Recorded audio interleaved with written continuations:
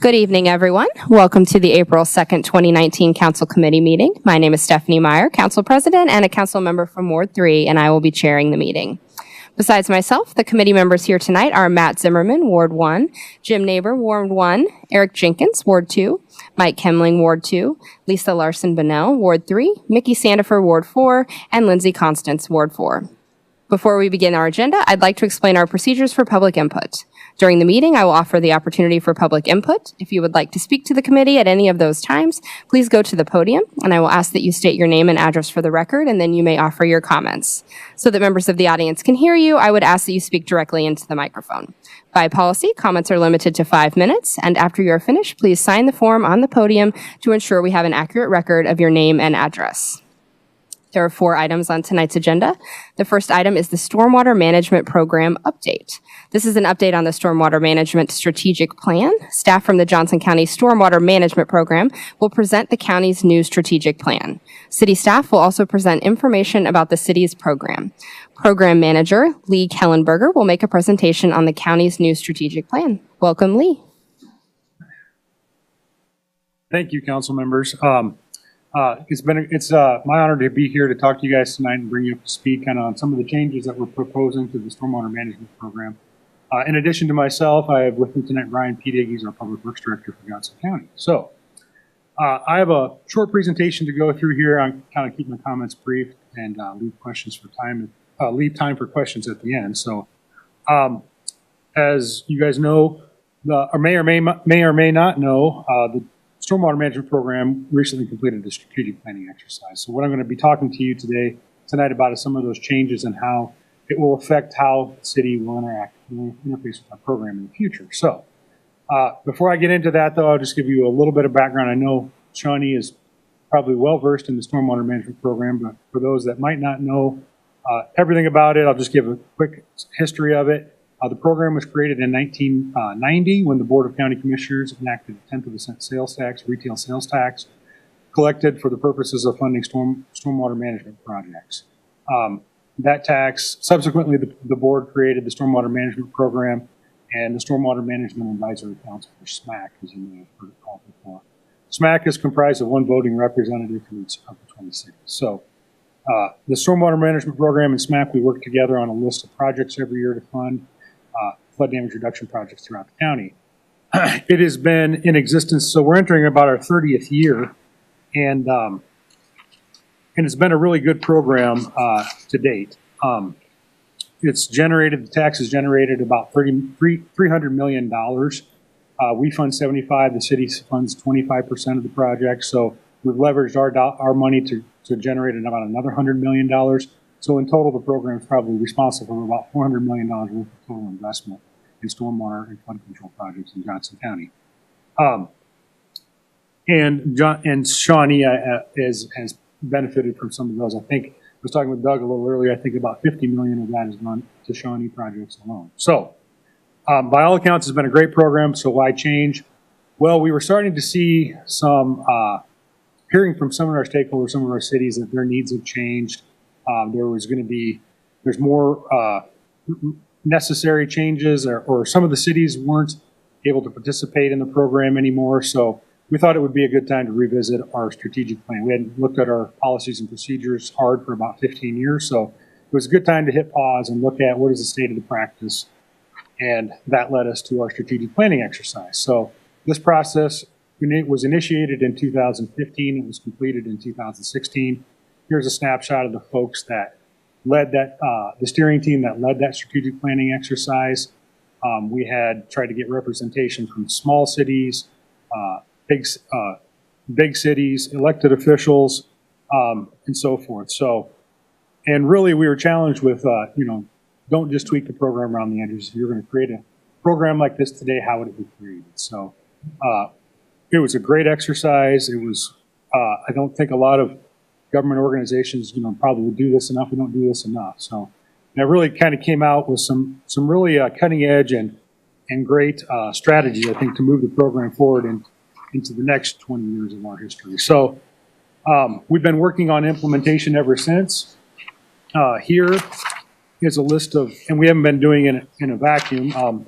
Here's a list of stakeholders that have been involved. Your city staff have participated on these technical subcommittees. And this is really kind of putting where the rubber meets the road. The strategic plan was kind of a 50,000-foot document. It gave us the overall strategies and objectives we wanted to move forward. But it really took the work of all these committees to really kind of put the policies and procedures around the individual programs I'm going to talk about. So thank you again to your staff and all the other folks that have participated in these, because that's really where where the real changes occurred. So the first real change I'm going to talk about tonight is the way the program is organized. In the past, the county, as I mentioned through the SMAC,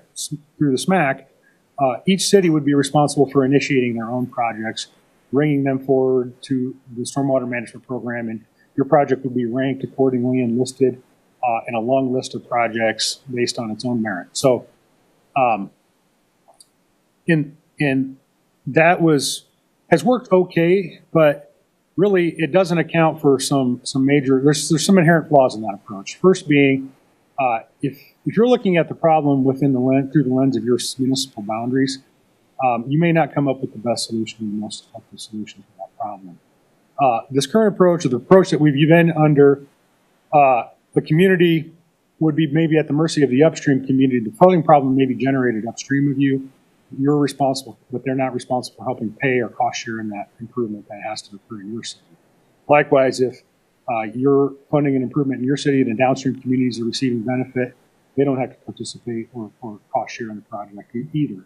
And also, the more wider, broader scope you can look at a problem, the better solutions you can come up with. So we can come up with projects where maybe we might not need as big of a project in one location if we can do an interim approach here, and then with some improvements downstream, we might come up with an overall better project at a lower cost. So as you might have guessed, we're moving to a watershed-based approach. And so the main change for you guys is in the past, you would initiate those own projects. Now in the future, you'll be working with the communities in your watershed organization. Watershed 6 here is your main watershed that you're going to be participating in. So the cities of Lenexa, Overland, Olathe, and Shawnee are the main players in the watershed. So projects will be looked at on a watershed scale here, and we'll look for solutions based on that approach. So here's that same information in tabular format so you can see who the other players are. A small portion of Shawnee also does flow towards Turkey Creek. So you will have a smaller role in that watershed, but again, I just wanted to show that you are technically in two different watershed organizations in the future. So now the remaining changes are going to be more programmatic in nature. So I mentioned that flooding has always been the bread and butter of our program, and it will continue to be a large component of our program moving forward. So then specifically flooding of habitable buildings and streets. But through the process and the input from our stakeholders, we also heard about things like, it would sure be nice if we had a standalone home buyout program, an opportunistic program to buy out homes. It may not warrant a large-scale channel improvement, but that is a perpetual flooding problem in your city. And rather than allowing another resident to move in there, when it comes up for sale, if the landowner was willing, we had a program to help cost share in a voluntary home buyout program. So we're looking to add that, and also a technical assistance program. A lot of times, we all get drainage issues. We all have calls from residents concerning drainage issues on private property. But the city, it doesn't make sense for the city or maybe the county to be involved in, but there is kind of a need maybe to provide those folks some technical assistance, maybe some cost share for providing assistance to those homeowners so that they can get a little more educated on how to do this all the time. So the next 4 bullets I'm going to share are completely new elements to our program. So water quality being the first component that we're adding to our program. So we're diversifying the types of projects we're funding in the future. In the past, we've done some research and development projects. We've helped cities with meet their national pollutant discharge elimination system requirements. But we've really never funded water quality improvement projects on a standalone basis right alongside flooding. So moving forward, that was a big need that was identified in our process and kind of a national state of the practice where things are heading. We have a lot of impaired streams in Johnson County that have strict water quality requirements tied to those impairments. And right now we've been able to kind of get by doing just some education and outreach to our residents. But moving forward, I think we will have to, KDHE, our regulator, will become more aggressive on what to do. So projects that look to control the sources of pollution, possibly retrofitting existing infrastructure in your city that currently doesn't provide any water quality benefit. We'll probably have detention basins in our cities that don't do anything, and they never seem to have any water in them because they're designed to pass all the small storms straight through them efficiently and only fill up during a large significant rain event. So we have technology and best practices now that can retrofit existing infrastructure to provide some water quality benefit. And then also things like stream stabilization projects to reduce erosion. And I'll touch a little bit more on that when we get into system management. But so funding water quality improvement projects. And then the next bullet that was probably the biggest need identified was help with repairing existing infrastructure, failing infrastructure in your city, underground corrugated metal pipes. I know that this area of the county has a lot of that, and really everything. There's a lot of cities that have failing systems. So we looked at that in a hard way. We looked at how other communities are addressing that, and we're coming up with a cost share program now to help communities kind of address that and be more proactive in getting those systems replaced. Every time it rains, we had significant rain events in the county. We get calls from residents that sinkholes are forming, roads are caving in, collapsing, parking lots, infrastructure in the parking lots. So in Mission, we're over just down the road here on Johnson Drive, the Martway Hy-Vee parking lot, there was a semi parked in that over one weekend, and after a significant rain, the whole semi fell into a channel that opened up where a concrete pipe or a corrugated metal pipe failed below that parking lot. The whole semi fell in. So I should have had that picture on this presentation. And then finally, planning. So as I alluded to, really the onus has been on the cities to kind of generate these ideas and come up with these projects. And you had no reason to look beyond your city boundaries. So, but moving towards the watershed-based approach, the program is going to take some of that upfront planning work off the shoulders of the cities. And we will be conducting what's called watershed master plans. We're going to be looking at all the needs and opportunities in your watersheds. And so all the watersheds have the same information at their disposal when they look towards addressing the needs of their watershed. So we're going to be looking for both near-term projects and then also some longer term. So these are going to be living documents, I think, that have 5, 10, 15, 25-year timelines in them to things that we as watershed organizations need to work on addressing over the long term. That also is really going to help our program look at budgeting out in the out years and looking at funding more significant projects. It's hard for us to go in a cyclical budget and just forecast out 6 months ahead of where the money's going to go next year. If cities don't have their match set aside, or we could just run into a situation where under the old system where potentially if we're looking at if a city has a big problem or if residents for some reason don't support a project, do we get money returned to us?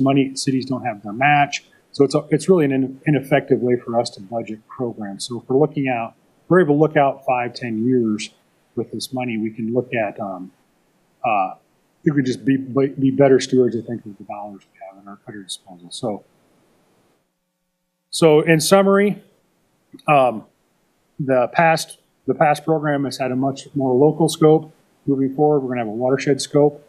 In the past, we've just been doing these year-to-year plans. In the future, we're going to be looking at 5-year, 10-year, and 25 and 15-year CIPs. And then the funding breakdown here. So in the past, we haven't had any funding for system replacement projects with the cities. Moving forward, we're looking at a 50% cost share program for system replacement for those assets in your system that are deemed of significance to the county. So it's not just based on a condition score. So you have a failing pipe in your network. It doesn't automatically qualify for county funding. There is a second component to that process that's also called the consequence of failure. So the condition of the asset and the consequence of failure. It has to score at a certain level in order to qualify for funding. So this isn't intended to be let your systems deteriorate and let the county help pay for it. It's going to be strategic. We only have so many dollars, so the money is going to. And if you look at the magnitude of this problem, it's going to be. Cities are still going to have to carry the lion's share of the work, I think, and the funding. But at least this will help you with some of the larger assets. The biggest change on flooding, like I said in the past, it's always been a 75-25 split. In the future, we're looking at a tiered approach for flooding, and that would be 50-50 cost share, except for those projects that are deemed significant watershed improvement projects. So those projects that I mentioned where they may straddle jurisdictional boundaries, the solution may be such that multiple cities really are benefiting, and so therefore those projects are deemed significant enough that the county is going to look at funding those improvements 100%. So it may, and that is, we're concurrent with this process of implementation, we're developing the policies and procedures around that with input from the cities. So that is yet to be determined what is deemed a significant watershed improvement project. And then similar for the water quality improvements, in the past, no funding available. In the future, that tiered funding approach that I mentioned. And then the last bullet there was a big outcome of our strategic plan, and that's incentivizing alternative funding. The program has really been the alternative funding for the cities. We've never really done a great job of going out and trying to leverage our county dollars to bring in more federal or state or local match. So, but there are organizations out there similar to ours in their size and scope, and that they do a much better job of packaging their projects so that the Corps of Engineers or FEMA or other entities we can get secure additional dollars. So if a city or a watershed improvement project has federal dollars attached with it, it may elevate it on the timeline of replacement or score higher and get funded via for some other project. So that's really going to be a focus of ours moving forward. So in conclusion, next steps for 2019, we're going to be formally establishing these watershed boards. The watershed master planning is about to kick off. We've selected 3 firms to do the whole county. I think the firm that we've selected to do Watershed 6 is your watershed is teamed Olson and CDM Smith. So those folks will be working with your staff to glean as much stormwater information as they can from your staff as they develop those watershed master plans. And then finally, we'll probably need some changes to requirement agreement. And with that, I will stop and answer your questions. All right. Thank you, Lee. Yeah, Lindsay. Thank you for that information. Yes. I have a couple of questions. One, I was just curious how the MARC Green Infrastructure Playbook, how some of those solutions fit in with the county plan. And then kind of second to that, is the county going to prioritize city projects that use some of those green infrastructure solutions, since they are typically effective and economical? Absolutely. So the master planning that we're doing is going to complement any regional or local plans that your city may have. We're going to be looking at Johnson County Parks and Rec, MARC plans.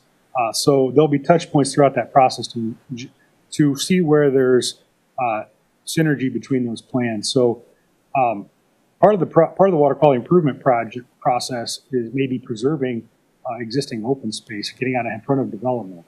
So, and there's been even talk of purchasing of development rights. So getting out there, or if a park improvement is going to be taking place, if we could buy an additional amount of acreage and do a regional water quality facility, and kill two birds with one stone, recreation and flood control in a multi-purpose project. So that's very much the focus of these plans moving forward. So. And then Yes. do you prioritize? That is to be determined. I think that the traditional flood problem rating table that gives no credit for water quality improvement and flood control. I think that when we develop that new matrix for our improvement projects, and just generally the improvement, whether it be water quality, flooding, I think if they cross those borders and there's multi-purpose and multi-benefit, I think that would elevate the project and score higher than maybe other projects on the list. One other just comment based on what you shared. It's interesting because in the Kansas City Star today, they had an article specifically about who pays for all of this additional flooding that we're going to be expecting. It was specifically on this. So it's kind of interesting to think about some of those solutions that might save us money since the costs are rising. Yes. So thank you. Thank you. Great points. Yeah, Eric?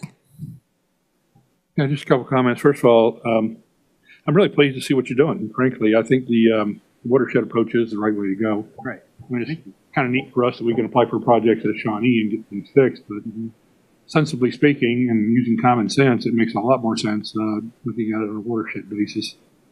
I was concerned about, not concerned, but interested in a couple of things. First of all, are we going to be developing hazard mitigation plans as a result of this reorganization of the program in order that we may have on-the-shelf hazard mitigation submissions ready for FEMA or whatever to access those funds that become available post-disaster as their hazard mitigation funding? Because 10% of every major disaster funds are set aside in addition to the funds of the disaster. We put an approval there for communities to apply for those grants, hazard mitigation grants. So I would kind of like to see that we're already got them on the shelf. And, oh, there's a flood. We're going to get, $40 million is going to be placed in that hazard mitigation fund. Hot damn, here we go. We got some of those plans ready to go, and boom, we fired over right in there. That would just make a lot of sense to me to have a kind of a thoughtful program like that where we're ahead of the power curve and no community is going to beat me to this because we already got ours done, kind of thing. And in collaboration with all the communities. And so I think that'd be a really good deal to give us the leg up on that. And not only that, but it would also provide a lot more comprehensive look at our flooding picture and what kind of damages we can anticipate and so on by doing on this watershed basis. So I think we have a lot better data that way and a lot better picture, really a clearer picture of what we're dealing with. I was very interested in just repairing, replacing existing things that are falling apart. I think Doug's going to get ready to tell us tonight about how bad off we are, and we're pretty bad off. I'm glad he's going after. And I think there's a number. I didn't bring my checkbook. Yeah, I don't think we're the only ones in that situation. I think it's probably happening. Like you even mentioned that there's other communities, especially over here in the older parts of Johnson County that were here earliest and have put these pipes in, and now they're starting to have some significant repair. I'm just curious about what the criteria is going to be for that because. I know you just an overall kind of presentation, so you wouldn't get in any weeds or anything, but I'm very interested in that. And if you got anything that you could add to that, I'd love to hear it. Right. So the first one, the pre-disaster mitigation grant, that's a great point. And like I said, that's part of, we've been focused on leveraging outside dollars. Through this process, we've learned about more of the FEMA money that's available. And for example, some of the projects that we currently have on our list may qualify for pre-disaster hazard mitigation grants. So I think when the wildfires occurred out in southwest Kansas, it was a disaster declaration, and wildfire mitigation dollars could have been used towards flooding projects in Johnson County. It's not restricted. Again, this is a new program, and it's new ground for us.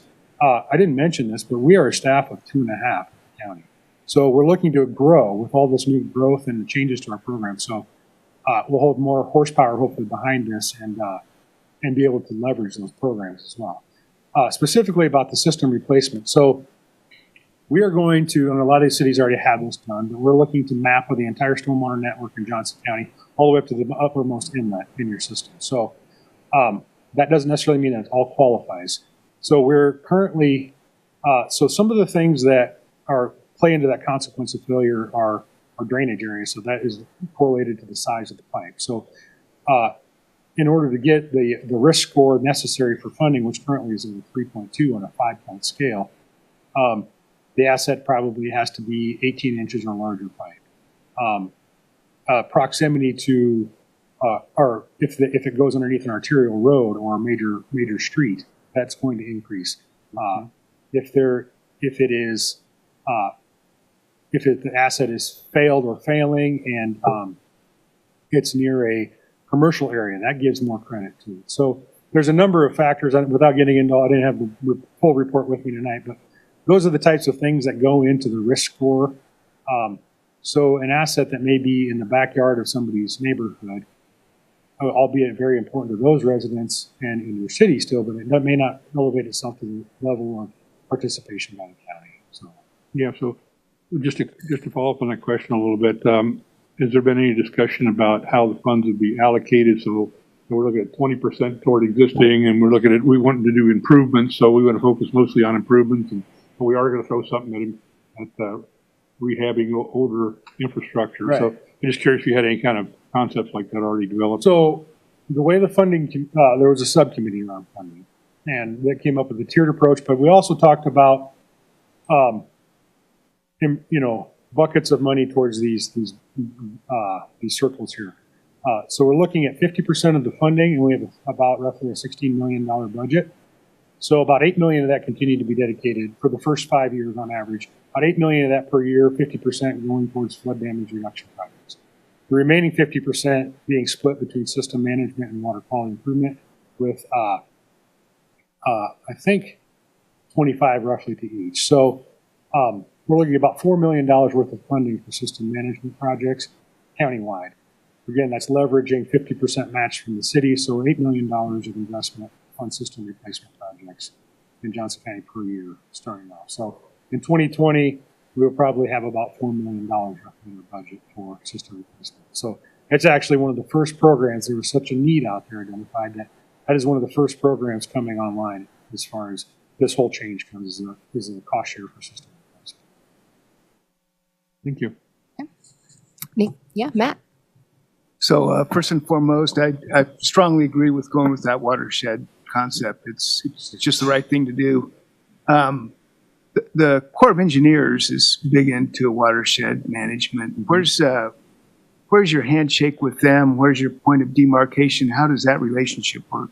So we have historically not had much, in the past, we haven't had much interaction with the Corps of Engineers, other than the Turkey Creek channel improvement that we've been studying with them for 25 years.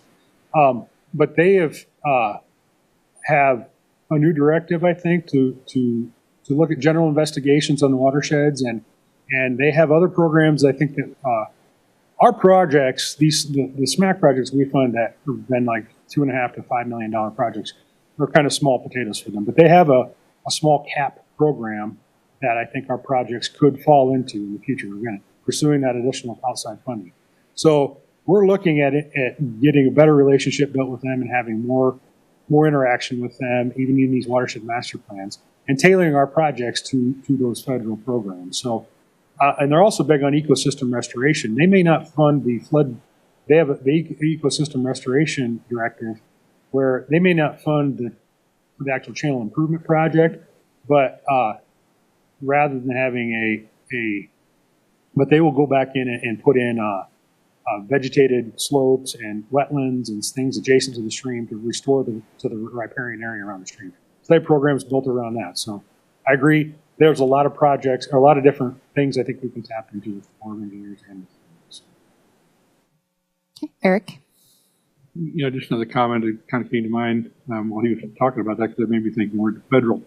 As we're all aware, there's a lot of buzz in Washington, D.C. about infrastructure upgrades as a national objective, and it's one of those bipartisan issues that's being kicked around. This is certainly an infrastructure issue that we're talking about here. And, we all do, I think every city, and I hope the county as well, I'm sure the county does, develop these legislative wish lists, to send to our congressmen and stuff. I think maybe ought to be an emblazoned item on the top of the page there. We'd like to get some of that. We like this infrastructure idea. Get to work on it, guys, and send some money out here. Because I'll put some shovel-ready projects out there, and that will also put people to work, and also really help with some of these kind of burgeoning issues we're dealing with right now with stormwater management. Any other questions? All right, thank you, Lee. Next up, we have our Public Works Director, Doug Whitaker, who will make a presentation about the city's program. Welcome, Doug. Just so you know, we keep track of Brian. He also is in charge of the CARS program, so. Okay. Good evening. Oh, you got, thanks, Stephanie. Right. Doug Whitaker, Public Works Director. Get myself straightened out here. Tonight, we just wanted to give you an update. I was here in 2016, I think 2 months after I came to work, and told you I needed a lot of money, and I'm back. But the presentation tonight would provide a current status of the stormwater program and identify present and future challenges that we're going to have. We had a retirement this year. Mike Gregory who was my stormwater manager. Cynthia Moeller-Crass is now the stormwater manager, so she'll bail me out when you ask questions. And for the sake of time, I'm going to try to cover this as quickly as I can, so just stop me if you have any questions or anything, but I don't want to bore you to tears. So. The comprehensive stormwater management, I just do a little history here for some of you that I know are new since the last time I asked for money. The comprehensive stormwater management program was approved by the City Council in 2007, and it established these 5 program goals. Flood mitigation, which you heard some there about from Lee's presentation, floodplain regulation, storm drainage system maintenance, which that's the big one right now for us, water quality and pollution control, which obviously is a big one from the Clean Water Act, and then the stormwater management program funding.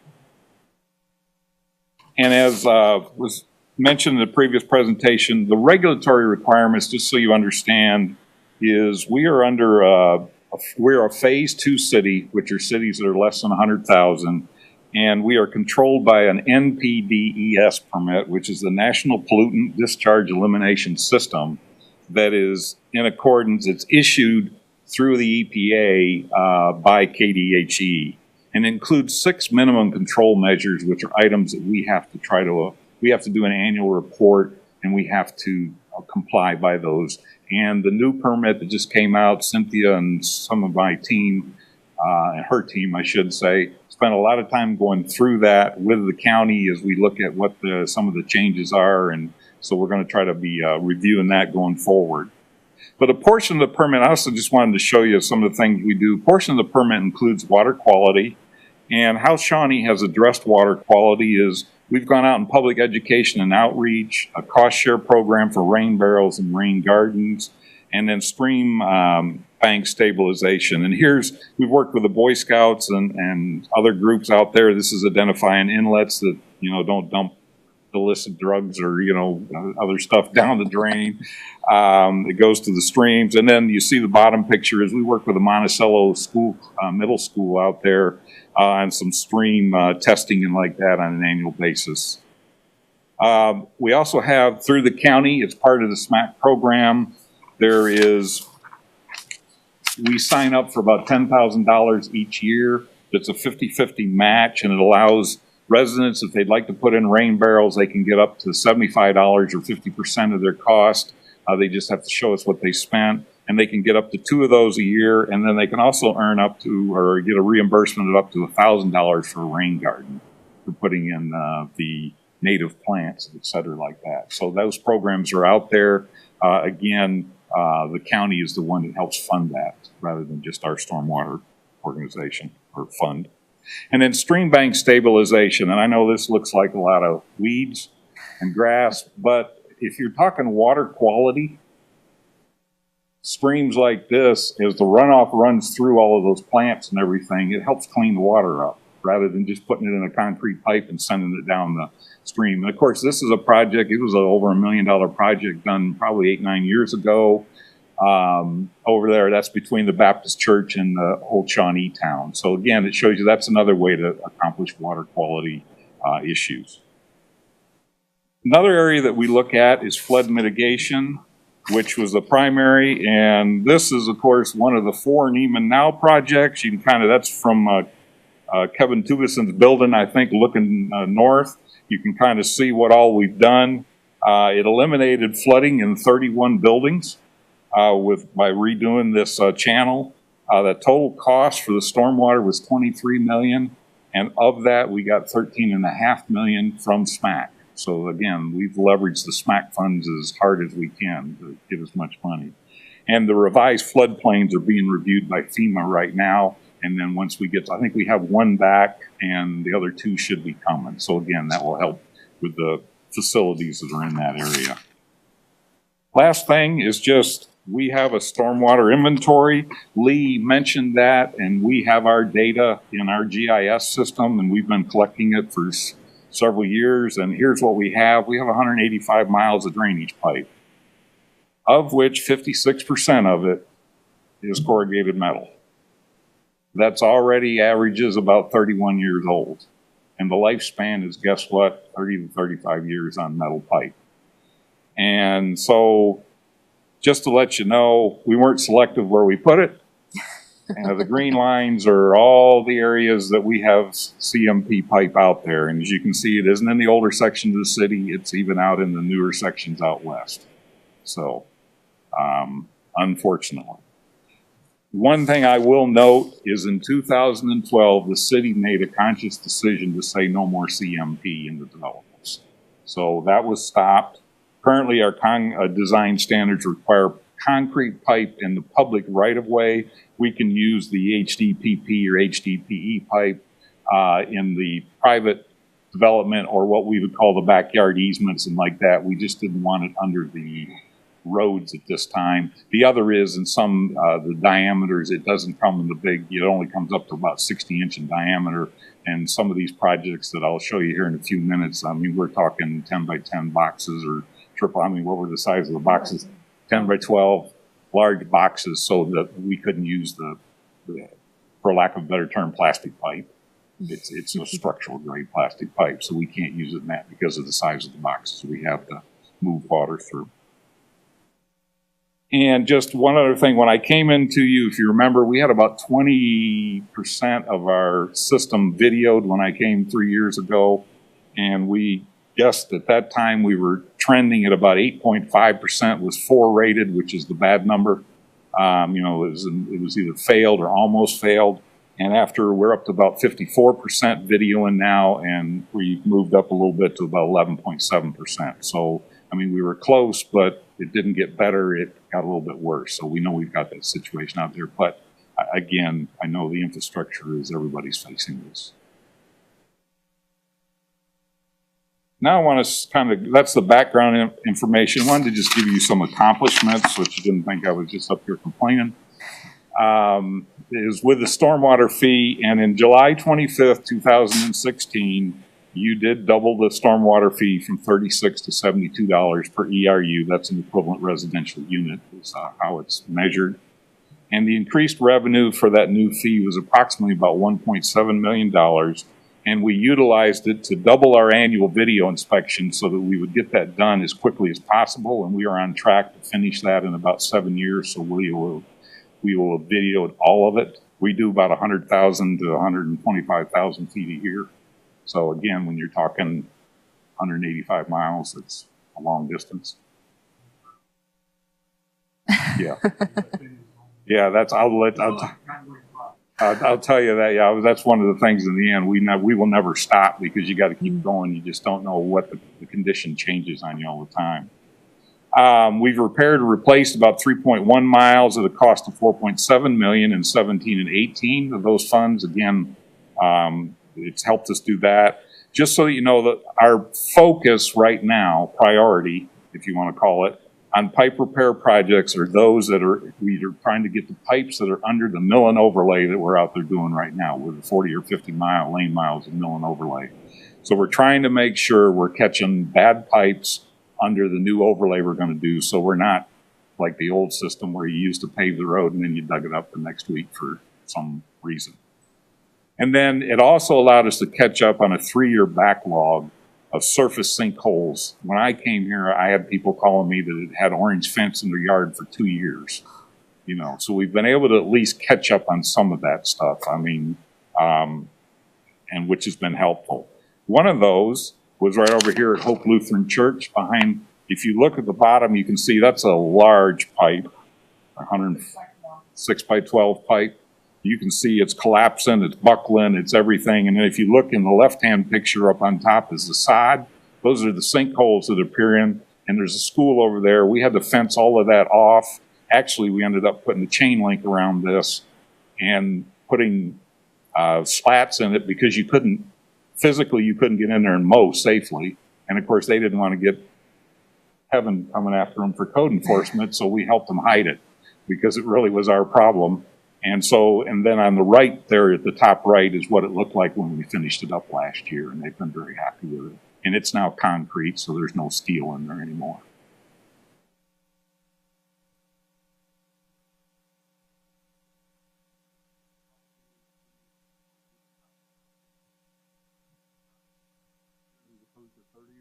I think what concrete, yeah, probably. About 100 years. Yeah, concrete. Again, it depends on what's, when I say flowing through it, with a lot of salt and the speed and like that, you're going to scour it quicker. But no, concrete will last a lot longer than steel.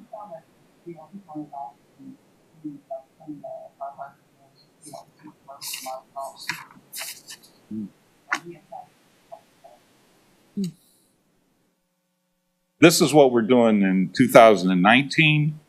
First of all, you've already approved was the 2019 annual pipe repair project. It included 64 pipes at a cost of about $1.3 million. And that is currently in process, again, trying to get out ahead of the annual mill and overlay that should be just starting to crank up right now. In addition, when I talked to you 3 years ago, we had talked about the $8 million in bond money that we put towards stormwater. Here is the list. You had asked me, Councilman Jenkins, the 6 projects that make up the $8 million. The first 3 were, when I say deferred, the first 3 have been deferred from as long ago as 2012. When I got here in 16, late 15, the Johnson Drive in Widmer was a real concern at that time, and we just don't feel we can go any longer because we're talking major roads that will collapse. In addition, we added Hope Lutheran, by the way, was on this list. We had to do that. We also did Johnson and Mund. We had to do faster than this $8 million came along. And so with that, we also found, unfortunately, Quivira Drive and Park Street and Blackfish Parkway, both are major roadways that we're going to have to replace, and we feel they could collapse. So again, those projects are the ones we're bringing in right now for approval to go out to bid and would work on this summer. So all told, in 2019, we're going to spend about $9.3 million on stormwater work. Then, just past focus, I want to let you know we have tried to find every dollar we can over the years. We have $77 million in flood control projects in the last 25 years, and $49 million of that has come from SMAC funds. So again, we've tried to, Johnson County enough to work hard together, and they know it, and they're not, you know, like I said, we have a good relationship with them, and our projects qualify. And so we've been able to bring in the dollars. 26 million out of the parks and pipes money that we had, that sales tax, and then we got a little bit of money. We looked as best we can, like CDBG and FEMA money that was available in there. Since 2009, the $8 million there, what I'm trying to show you is the stormwater utility was formed in 07. For the first couple of years, we just had to kind of build some money, some cash. Again, it was at the half rate.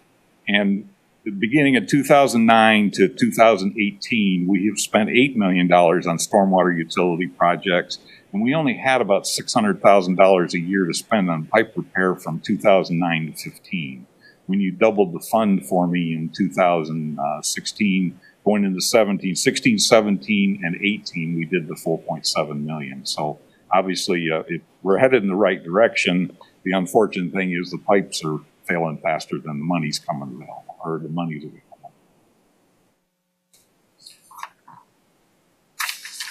So, well, like I said, while we've accomplished a lot in the last 3 years, we still have major challenges ahead of us. And as we've increased the videoing, we're finding more and more pipes out there. And right now, and also, just so that you know, we've been talking a 4 rating system. The county is putting an asset management system. They're going with a 5 rating. So we have gone in a systematic and changed all of our ratings to meet that so that we can work with the county going forward. And so with that, we've got 224 pipes that are sitting in that 5 category, which is, again, at the wrong end of the scale. And we expect failure in the next 3 to 5 years, and it could be 11 to 14 million. Future needs, obviously, we'd like to do some proactive planning. And then again, 50% of the stormwater pipes have exceeded their life cycle. Like I said, that's our famous corrugated metal pipe. And we could expect repairs will outpace funding. Obviously, we know that. And probably in the next 10 years, again, 100 million. And I'm not, again, sitting here with my hand out, just trying to make sure you're aware of what we've got out there in the infrastructure needs. So where do we go from here? First, we will need to continue videoing, as Councilman Jenkins said, 100 lineal feet a year, because we're going to have to keep track of what's going on. Sometimes it doesn't fail as fast as we thought it was, and pipes that we didn't think were going to fail or, fell apart in a lot less time. So we've got to make sure we're replacing the right pipes and not spending money where we shouldn't be. We need to continue to spend about 1.6 million for annual pipe repairs, and then utilize other funding sources where practical, CDBG, CARS, and beginning in 2020, as Lee pointed out tonight, try to leverage that, dollar for dollar, that if they could provide some, we could get some out of the SMAC funding for repairs. Next, we are working with IT and GIS group here, Doug Hemsath and Mel, to develop a robust asset management program. And in fact, we just found out today the GIS group just won a SAG award. That's a special achievement in GIS. From Esri, our GIS software vendor, because of what they're doing with us on the stormwater utilizing the asset management program. So it's not just something we're trying to develop in a spreadsheet. We're working in our GIS system. And what it does is it works, again, as Lee commented, on a probability of failure and a consequence of failure. And again, if the probability is high and the consequence is, again, if it's under Shawnee Mission Parkway, it's going to be high. If it's in your backyard or my backyard, unfortunately, it's going to be low. But it's the effect out there. And so that's what we're trying to prioritize, help us prioritize as we work through this. Where should we be putting the money and what repairs we should be doing? And as I said, this is similar to what Johnson County is going to require if we want to. They're going to require this if we want to prove or apply for money. And if we have that data, it will help us in our funding request. And then lastly, this is the fun part. We'll look for additional funds. And with that completes my presentation. So I'll answer any questions. All right, thank you. Any questions from the council? Yeah, Matt. So, Doug, good information. Clearly, there's trouble brewing.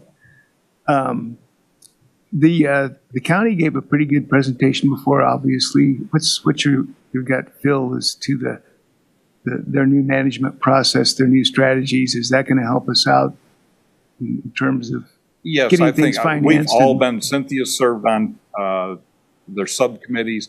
I've served on their subcommittees. I mean, it has been a cohesive group with all of the cities within Johnson County and working together. And it's trying to improve. I mean, maintenance, we could never ask for maintenance before because it wasn't available. So they've seen the need. They've listened to the cities. All of them came in and said, hey, we've got, infrastructure issues. And so they're listening to that.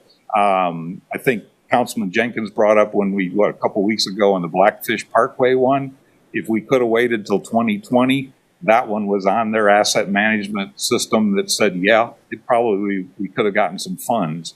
Now, again, could we wait till then and lose the road before then? That's the problem that, it's in that transition. But there will be other projects out there that will help, so.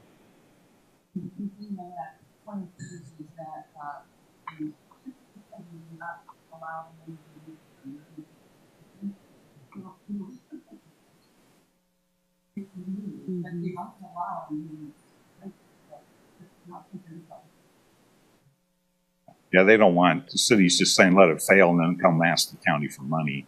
They'd rather we work proactively with them and try to plan for it.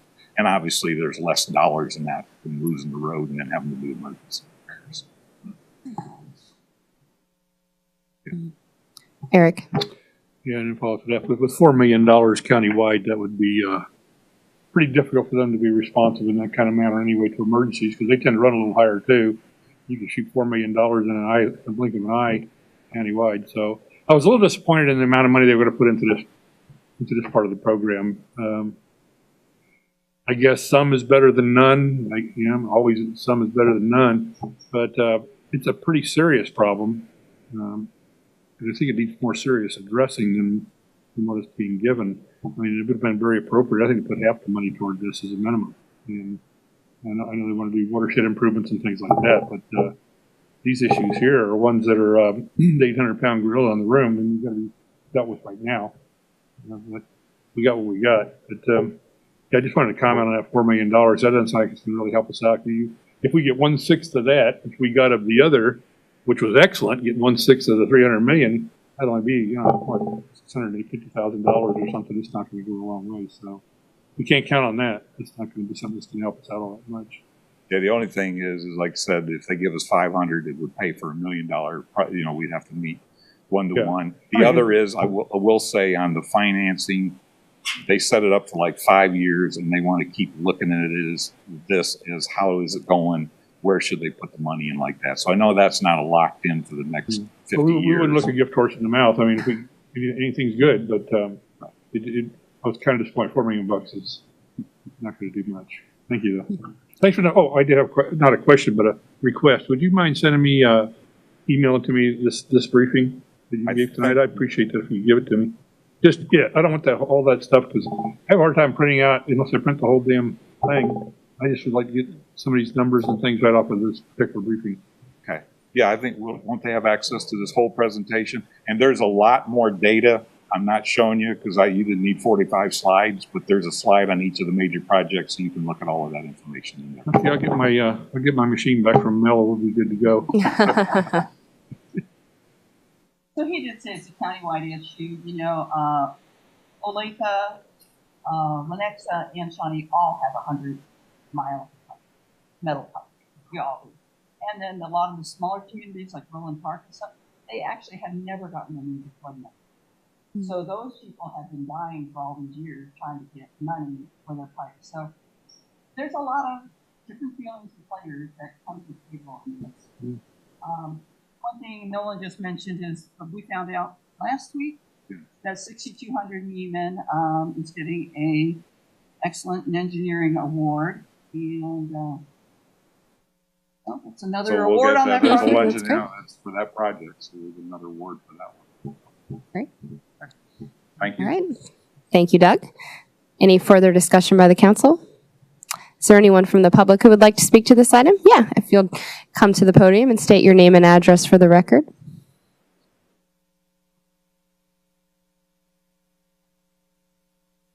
Rod Hauk, 12807 West 7th Terrace.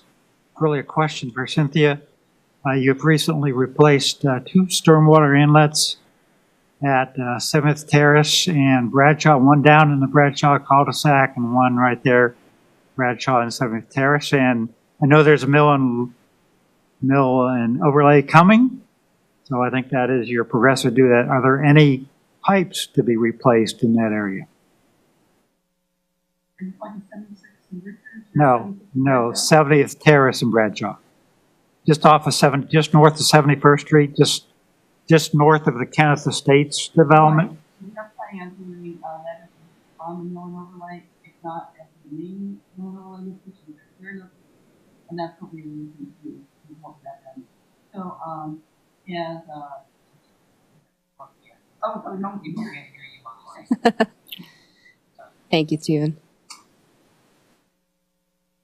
So, as we've been doing since 2015, we've been doing pipe repairs in advance of the mill and overlay projects. So we look at the videos of the streets that are on the project, and we repair what needs to be done. So we had a larger need of pipes to be repaired and whatnot, but we talked with the street and overlay people and said, hey, what streets exactly are you doing? I only have 1.3 million. And we agreed which roads were going to be done and which streets were going to be done. So no, we did do the repairs in that location. Okay. So second question is about the Kenneth Estates development, the old Ken Smith Golf Club facility. Are you watching that carefully to make sure that they're doing that for stormwater quality and stormwater management? So they went through the normal development process for Kenneth Estates, and as part of what they're doing, they're required if there's any downstream inadequacies, and that would mean in this case either a flooding street or flooding houses. And we know that west of Flum down in that area near Blackfish Parkway, we have 6 flooders. We also have gotten all the mapping, the FEMA mapping through the Little Mill through there, and we have cross sections every 100, 200 feet. So we know where the flow elevation is for the 100-year event. We also know where it is upstream of the Blackfish Parkway culverts, and all the way, probably there's 3 more up into Kenneth Smith Estates. We required them to match. So they are doing their work. They have to detain any extra water that's generated on their site. Any water that's actually coming upstream of them through their site, they can't do anything about that. But Okay. they are enlarging and improving the couple of the ponds on their site. And then with the Blackfish and Hauser project, the culverts that we're putting in there, we required that the design be that we match the contours. So we are not going to flood anyone downstream any differently than they are now. And that brings into something I think that Ernie Longoria might have told you about this at the Park Street and Quivira Drive project. We did the same approach. That's quite critical through there. A lot of those houses on the west side of Quivira Drive are just inches from flooding. And we had to go really, really careful in our design on both of those projects to maintain the process that's there. Because we want to do no harm. Thank you. All right. Thank you. Is there anyone else from the public who would like to speak on this item? Seeing none, this was for... Oh, sorry. Yes, sir. If you'll come up and state your name and address for the record.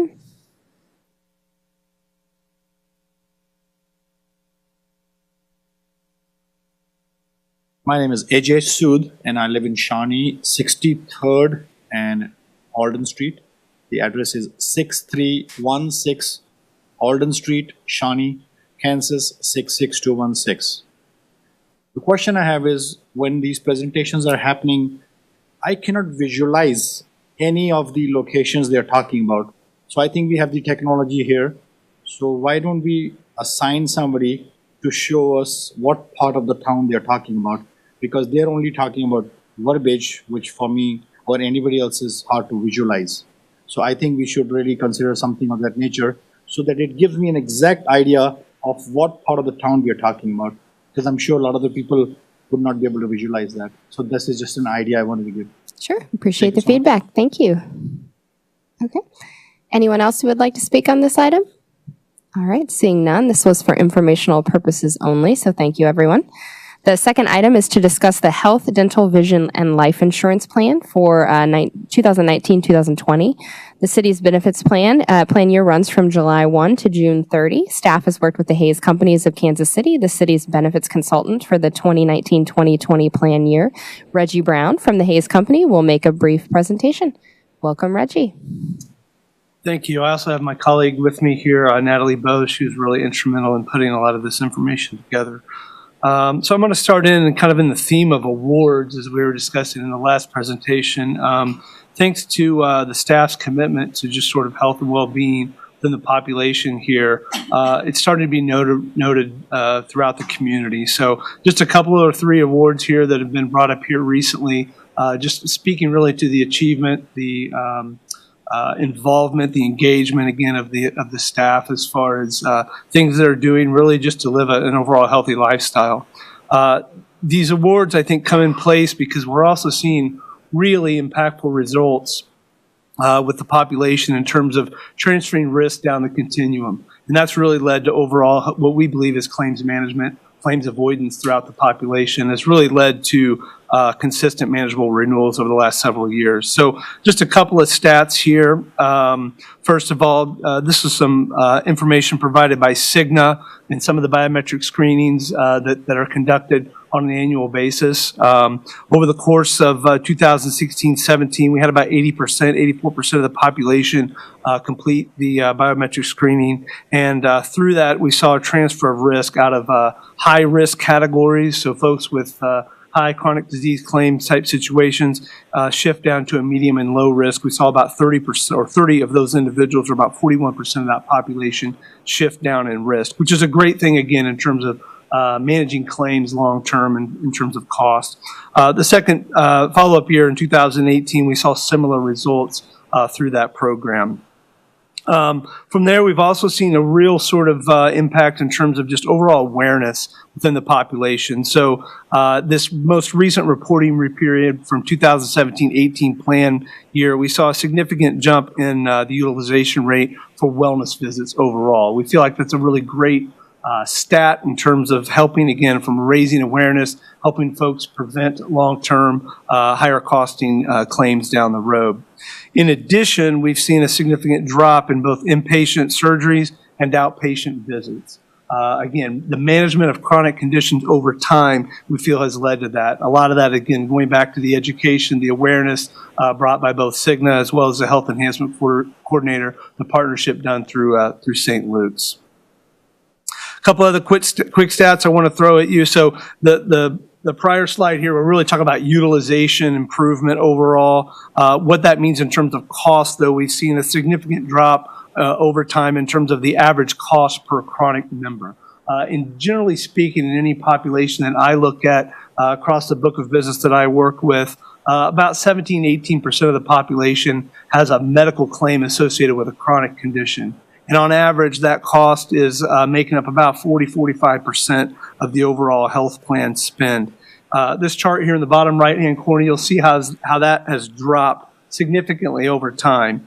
So the population makeup of chronic membership within the organization was around 16-17%. We saw that take a dip down to about 13.7 this past reporting period, but you see a significant drop in terms of the cost from those chronic condition claimants. So back in 13-14, 14-15, 15-16, we were seeing costs from that group up above 40% in each of those listed years, and we've seen that drop consistently within the last 2 years. Certainly one or two large claims can have a big impact on that stat, but when you couple the cost reduction with the reduction in the overall percentage of chronic members, I feel like, again, the wellness program, the raised awareness, some of those things that are going on with the staff and the communication is really starting to make an impact there. This next section is some reporting from Cigna in terms of some of the programs that they are engaging the members on each of the last couple of years. So chronic condition coaching, lifestyle coaching, just general wellness coaching, specialty case management, so dependent upon the situation, identifying certain gaps in care that might be going on within the treatment plan, and then just overall outpatient, outpatient utilization. From those programs, Cigna is looking at that and identifying a overall cost savings as a result of that, or claim savings, I should say. And in this past reporting period, again, we're looking at about an estimate of a little over $300,000 as a result of those programs, as a result really of the engagement within those programs. So those are all great stats. We feel like there's real momentum right now with that wellness program. Overall, the employees are really engaged. And as a result, we feel like that's having a strong impact on the renewal. So from a loss ratio standpoint, for this plan year that we're looking at, that we're in right now today, so that began July 1 of 2018 and will go through the end of June 2019, the cost is running about 79%. The claim is running about 79% of the premium. That's a pretty desired loss ratio from a carrier perspective. I think a really important stat there, though, is from a claim standpoint. If you note in column L there, we look at the claims on a dollar basis, annual dollar basis, and divide that by the membership within any of the given years. So in column L, row 16, you see that the claims cost on a per employee per month basis is up about 3.8% from last year. The prior year, column L, row 20, you'll see that the claims cost was up only about 0.9%. And the year before that, row 24, it was up only about 1.2% from the prior year. If you average that out over the time, the 3-year time frame there, you're looking at about a 2% overall claims inflationary factor. The market is running anywhere between 8 and 10%, depending upon the trend survey that you look at and review. That has led to manageable premium increases, we feel like, or premium cost control overall. And again, you take that back, and that in terms of real dollars, we feel like is really where the wellness program is showing up. As far as the renewal is concerned, so the preliminary renewal received from Cigna, again, using basic market-based trend, inflationary factors, was about coming at about a 19% increase, which is a hefty sum of money when you compare that on a year-over-year basis, about $877,000. That was for the current plan design that is in place today for the population. So the very same PPO and high deductible plan offerings that are in today, that plan was quoted as well for that, again, preliminary increase. We took the plan out to market. We wanted to see what was available through the marketplace. We submitted the RFP to Cigna, Blue Cross Blue Shield of Kansas City, Aetna, and United Healthcare. Aetna and United Healthcare came back with proposals, but we didn't feel they were as competitive as what we ultimately received from Blue Cross Blue Shield of Kansas City, as well as Cigna when we went back and received their best and final offer. So on the next slide here, we'll show you then what the final results and where it kind of came down to. So in columns A, you'll see the current Cigna program with the current plan design. Column B was the original 19% or so preliminary increase we received from Cigna. Column C is the final negotiated renewal from Cigna, which ended up being a negative 2% increase. That's a savings of about $93,000 annually year over year. Blue Cross Blue Shield came in with about a 4.1% decrease in overall proposed cost for the 2019-20 plan year. It's a savings of about $189,000 or so. They also are throwing in or offering a one-time half-month premium holiday as sort of a way to incent you to try to come to Blue Cross. Cigna, kind of building on that wellness piece, they have also increased the wellness fund, so from $30,000 to $40,000. So those are dollars that are made available to staff to use to invest back into the population in terms of providing additional wellness programs and that sort of thing for the population. So again, these proposals are mirrored plan designs year over year. The Blue Cross Blue Shield option would come with a little bit of variability or disruption in the form of variable formulary options. So for example, today, an employee may be taking a brand medication and paying the middle tier copay, let's say the $35 copay for that medication. Depending upon the formulary structure with Blue Cross, the cost of that drug might run them $60, or vice versa. There's going to just, either way, there's going to be disruption within the formulary. From a network standpoint, really all 4 of the providers that we showed you on the prior page, the networks are very, very similar in Kansas City. Most all of the providers here in the metro have all of the major hospitals, very robust networks from a provider standpoint as well.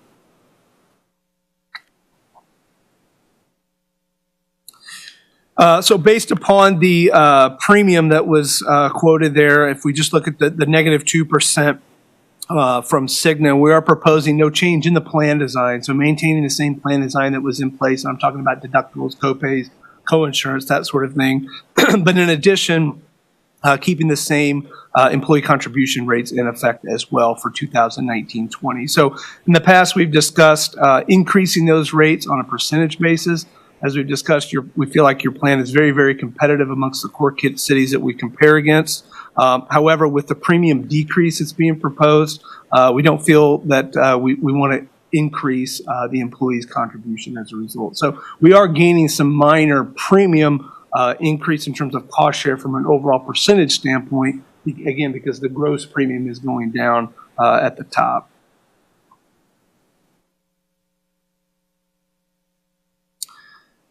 In years past, as we've done this year, we're looking at just an overall local city comparison from a medical plan perspective. So, you know, in the past, the PPO and the high deductible plan that you have in place are really used as strong recruitment retention tools for the population. And we feel like it matches up really, really well against the other core cities here that we're looking at. So the out-of-pocket exposure, for example, in row 4 there, on the left-hand side on the PPO plan, the out-of-pocket, maximum out-of-pocket for an individual electing single coverage within this plan is just $1,500, and that's the most competitive available within any of the other 4 cities available. Same goes with the deductible, the low cost for copays for primary care services, those sort of things. And on the right-hand side, we'll show the high deductible plan, a similar story there, in terms of a very competitive overall out-of-pocket exposure for the employees. And then when you couple that with the contribution toward the HSA accounts that the city makes, which is noted down in the bottom right-hand side of the page, it makes for a very, very attractive plan overall. The next slide is just looking at the overall contribution, so what the employees pay through their payroll deductions. We're showing on a wellness participation basis here. So again, about 85% or so of the population is paying that lower rate because they have achieved the wellness marks or metrics that we've set forth. So overall, you can see here what the contribution is that the employees pay, both in terms of actual dollar amounts per month as well as the percentages.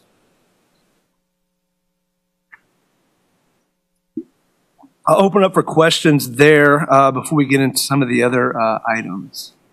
Okay. Yeah, Lisa. Can you please tell me just a little bit about how your wellness program is structured? And some of the things that I'm interested in are whether this is considered a health contingent wellness plan, and what are the components that make it up, and are there specific metrics that employees have to meet in order to avail themselves of the wellness discount? Yeah, I may let Natalie speak a little bit more to some of the specifics, but to answer your question, point blank, it is not at this point a full-fledged, what I'm going to call an outcomes-based plan. I believe we're maybe speaking the same language there in terms of the, what'd you call it again? I'm sorry. Well, actually, the health contingent plans aren't necessarily outcomes-based, but that's one form of them. Yep. So, yeah. But I'll let you talk. Yeah, absolutely. So the employees, they're required to do certain things such as complete the biometric screening, complete the health risk assessment, have a coaching call with, or a face-to-face coaching call with Pascal, who is our health enhancement coordinator. And then they also this year had to create, or had to have a primary care physician visit. So they had to go get their preventive care visit. So those items, they have to complete all 4 in order to get that premium reduction, but it is not based on what they score within their biometric screening. Does that answer your question? It does. And can you tell me, I only had the memo that was provided by the city and not the benefit of your full report. Can you tell me how much of a % discount they get on a premium, assuming they fully participate in the wellness program? Sure. So they get a $40 difference. Okay, what % is that? Yeah, so I did some rough math and I estimated like even upwards of 62% discount if it's per month. Yeah, it certainly depends on the tier. But for employee-only coverage, I mean, we can do the quick math there overall. But yeah, it's a significant. So I'm not asking this just for an academic exercise. I'm asking it because there are at least 3 laws that pertain to or that talk about what level of discount you can have related to a health contingent wellness program. And I'm sure that you all are aware of those, and I'm trying to understand how we apparently are getting around them, because the maximum should be 30 maybe? Can't be any more than 30% of the single premium, the full Single premium. So So this full single how does premium that, help me is, understand how that works here. 500. So the full single premium is $598 today for the PPO plan. So the 30% of that would be the total. So whatever that ends up being. 598 per month. Sorry. Per month, 598 okay. So it's per 40% of the 598. 30%. So it'd be about $180 would be the I'm sorry, maximum. $40. Yep, the maximum wellness Okay. discount that can be provided. And so we're giving a $40 discount here, so probably well below Oh, that. okay. That makes me feel better. Sure. The other thing I want to say is I think it's great, first of all, that you sent this out to bid. I think it's commendable that you got Cigna to pivot from a 19% increase to a minus 2% increase, although irritating. Sure. And I'm also happy for the sake of our city employees that they're going to be able to keep the same plan that they have, because no matter how competitive and how similar plans are, there are things that are differences between plans that can cause major disruptions in people's lives. So I appreciate your commitment to at least trying to work with Cigna. Yeah, absolutely. Eric? What a great segue she just gave in that last comment, because I'm looking at the other flip side of that coin. And I agree with what you said. It does cause disruption because you got to go to all your doctors. You got to get everything changed over to the new plan and all that kind of stuff. I got it. But the one thing that's kind of nagging me in the back of my mind is PyroCare right here. And it, boy, talk about handy for if you live in Shawnee or you work here at City Hall. Wow, that's just down there in building around the corner. And when I went to the grand opening, I was representing the mayor on that. I talked to all those folks. That looks like a hell of a deal. That is a really well-run, neat place to go. I wish I had Blue Cross Blue Shield after I listened to all that, but I don't.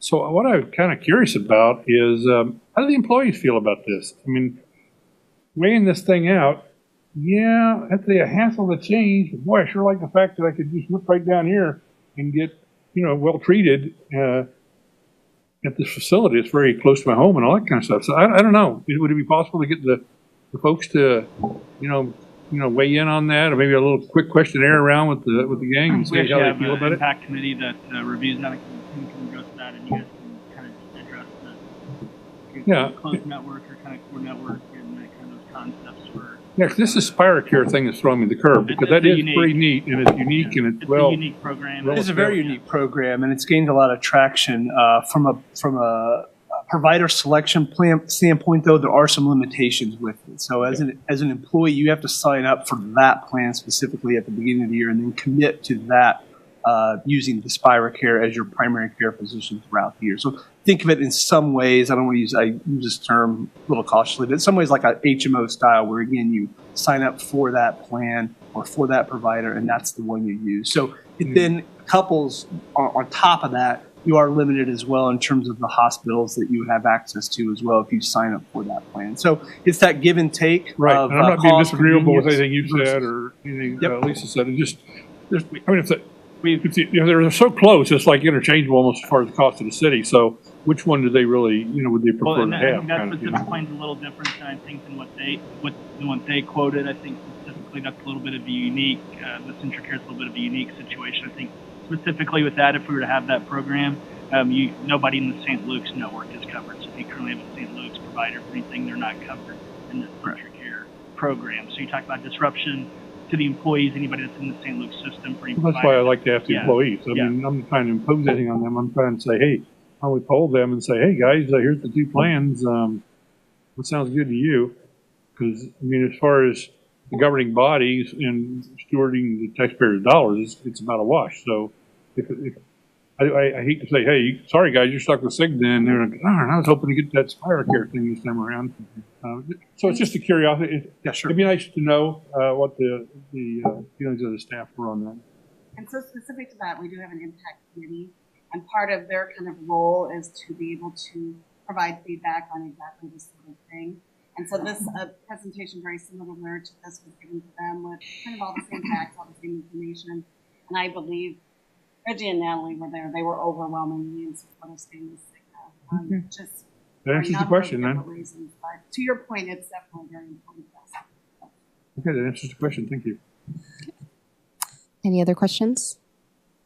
Okay, Reggie, if you want to move on to the next piece. Sure. Yep. Thank you. So I'm going to move to a benefit that really is in effect today. It's a short-term disability plan that we're proposing. Again, we're kind of discussing with that impact group that Kim was talking about. This has been a raised concern over the last several years in terms of a lack of a benefit that is being offered today. So right now, if someone is, say, a newly hired individual, they get a week of paid time off, but then they have to build that over time to continue to have more time available to them. If they were to go out for a injury or illness that occurs outside the workplace, they would have a gap in pay, essentially. So they would have their week or so of PTO, and then from that point all the way up until long-term disability, if it truly qualifies them for a long-term disability situation, they would have 25 weeks or so of unpaid leave, essentially. And so what we're looking at here is, again, is a short-term disability policy that would fill that gap overall, that would provide a basic income to an employee if they're unable to work due to a covered injury or illness. The other piece of this, and so there is a significant population within the city that they do have an extended amount of paid time off or leave. And so this policy would maybe not provide that full 26 weeks of benefits. Maybe it would only come in during certain periods of time. And I'll get to that here a little bit more, but these two sort of charts here on this slide are kind of illustrating where the benefit would come into play for a short-term disability policy, depending upon the amount of PTO that may be available. So what we're proposing here is a 100% non-contributory plan that would be paid for by the city. So it would be a cost bared by the city. We're proposing a 14-day elimination period plan with a 60% benefit up to $600 per week. This is an average benefit in terms of what we're seeing in the marketplace to be offered. We feel like going from zero or nothing today to we want to be able to provide something that's at least market adequate and would cover up to a certain salary. The 60% to 60 per week would provide a full benefit essentially for someone making at least $50,000 a year. From there, again, as I mentioned, the intent would be to dovetail with the long-term disability plan, so it would be to provide a maximum benefit of up to 26 weeks, but it would be offset against PTO time right now. So again, if someone has 1 week of PTO, they're essentially going to get that almost the full 26 week of benefit. But if they have 20 weeks of PTO, the STD benefit or the short-term disability benefit would then kick in at the 20-week mark and provide coverage through the supposed or potential long-term disability. The cost of this plan, the basic cost of this plan is about $35,000 a year initially. That's the initial quote.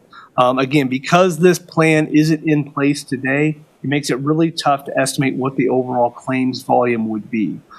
We would like to propose fully insuring this in year one. We have this fixed cost here of about $35K on the table, and then looking at the claims experience after a year, maybe 2 years, and entertain the possibility of self-funding going forward.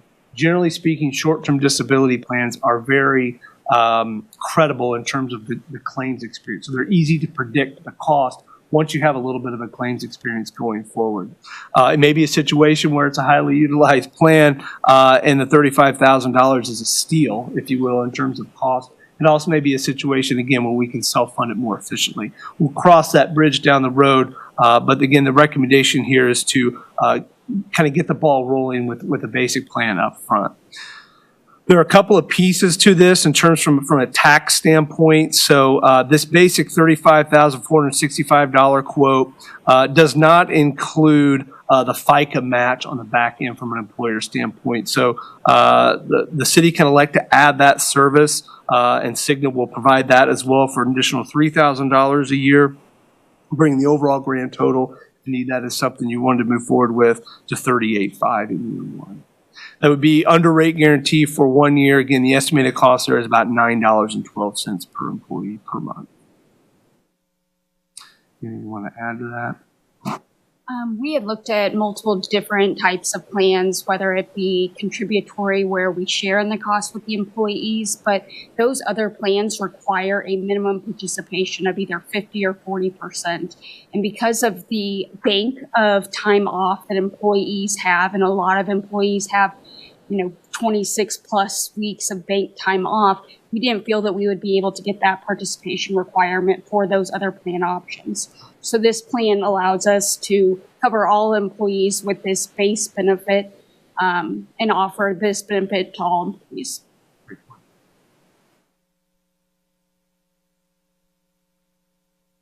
Any questions on that piece? Yeah, before we Eric. move on?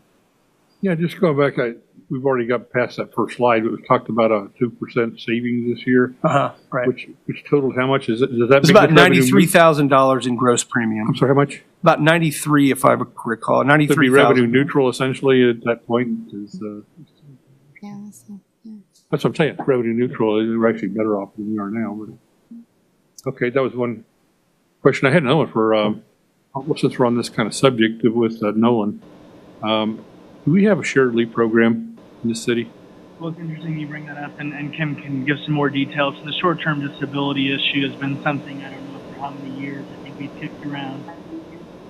Yeah, so 15 years we've been kind of struggling with this subject, and something that we just haven't provided. Part of the reason, I think, has been because we do have, as you guys know, if you every week we have a retirement ceremony, and so as those people kind of build up those banks, the short-term disability, it really hasn't been an issue, I think. But as our population is starting to turn, we bring in younger employees. This has become a subject that continues to arise. And so, to answer your question, do we have a shared leave program? No, something that we have researched kind of thoroughly, but working in other cities and having some different experiences and things, that it can become a challenging issue to administer it fairly, and you can kind of create some hard feelings with those, and so it can become a challenge. But we have, I don't know if you want to add anything, but it is an option that we have attempted to kind of thoroughly vet. I know we had it look when I at was- it yeah, to we- see about if we can really kind of extend a program like that. We did have it at FEMA when I was there at FEMA.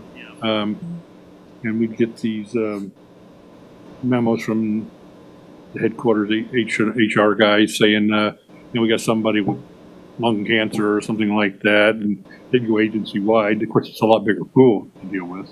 I know I gave up probably in those years at least 100 days of leave to people. And sometimes they never give you a day off, so heck, you had to leave pile up like crazy. But I thought it was a pretty good plan. I mean, it was kind of nice that somebody's in a jam, you could step up as a fellow employee and take care of our own kind of thing. And I thought it was kind of, actually, maybe you could say it's a morale detractor. I thought it was kind of a morale booster. To know that your fellow employees kind of stuck up for you and stuff if you're in a jam like that. So I don't know, something I would favor if we could do something like that. And you guys know more about how the reception would be among the employees than I do, because I haven't ever talked to any of them about this. And you say you kicked this around a little bit. So I'd be curious because I'd be willing to support something like that if we decided to go to that. In the interim for that, I will just say short-term disability, I think, is a great idea, and I think it's an attractive benefit that we can offer our employees. I personally use short-term disability in my office when I donated my kidney, so it's really helpful. Great thing to have. So thank you for looking at it. Moving on to some of the other ancillary benefits. So the dental plan with Delta Dental of Kansas, this plan is fully insured as well. We received a rate pass from Delta for 2019, so no increase there to the premiums. We have a rate agreement in place for 2020, so the renewal would not exceed 3%. We had a very similar rate agreement in place each of the last 2 or 3 years, and we've not received an increase there. So that plan is operating efficiently. I think it's really well received amongst the employees. Overall, again, so no change there in terms of the benefit or the cost, both from a gross cost perspective as well as from the employee contribution. The one plan that is changing slightly is the Surety Voluntary Vision Plan. So again, this is a voluntary plan that is 100% paid by the employees. We have not had an increase on this plan since it was put in place back in 2015. This year, however, this plan is going up 3%. So we will see a slight increase there. You can see the annual increase section here. So talking about $2.28 a year increase there. So we're not talking about significant dollar change on that piece. Again, no impact to the city on that one. It's strictly employee dollars. Just a couple legislative updates in terms of FSA, health savings accounts. These are tax advantage opportunities that the employees have available to them. So minor increases in the limits there that have gone on for 2019. So though we'll be sure to communicate those through the open enrollment process just to make sure the employees are aware of that information. So at the end of the day, we're recommending renewing with Cigna, keeping the same plan design intact from a medical standpoint, both in terms of the PPO as well as the high deductible plan, leaving the contribution models exactly the same as they are today in terms of the actual dollars that the employees fund through their paychecks. Same thing in terms of the wellness plan as far as the dollar, the premium differential there, keeping that consistent as well in 2019. Likewise, on the dental, vision, life, AD&D, all of those policies and plans will remain as is, short of other than that voluntary vision premium increase that we talked about. The only other recommendation, again, would be to implement the short-term disability plan for this upcoming plan year. Any final questions? All right. Thank you very much. Is there any other discussion by the council? Is there anyone from the public who would like to speak to this item? All right. Seeing none, the recommended action is to consider forwarding to the governing body for approval the medical plans from Cigna, the dental proposal from Delta Dental of Kansas, the vision proposal from Surancy, short-term disability plan from Cigna, setting the city's monthly contribution rates as shown in the memo, continuing the agreement with Cigna for life and accidental death and dismemberment coverage, continuing to engage in a relationship with Vision, with UNUM for voluntary accidental injury and critical illness benefits, and MetLife for voluntary legal insurance. Whew. I will accept a motion. So moved. Second. I have a motion and a second. All those in favor say aye. Aye. Opposed, nay. All right, motion passes. Thank you much. Okay, the third item tonight is to discuss the water tower graphics. Water District 1 is constructing a water tower next to the Public Works Service Center at 18690 Johnson Drive. This item was discussed at the March 5th, 2019 Council Committee meeting. Staff is seeking final direction on the graphics. City Manager Nolan Sunderman will make a presentation. That's you. Get up. To Doug right out of the gate.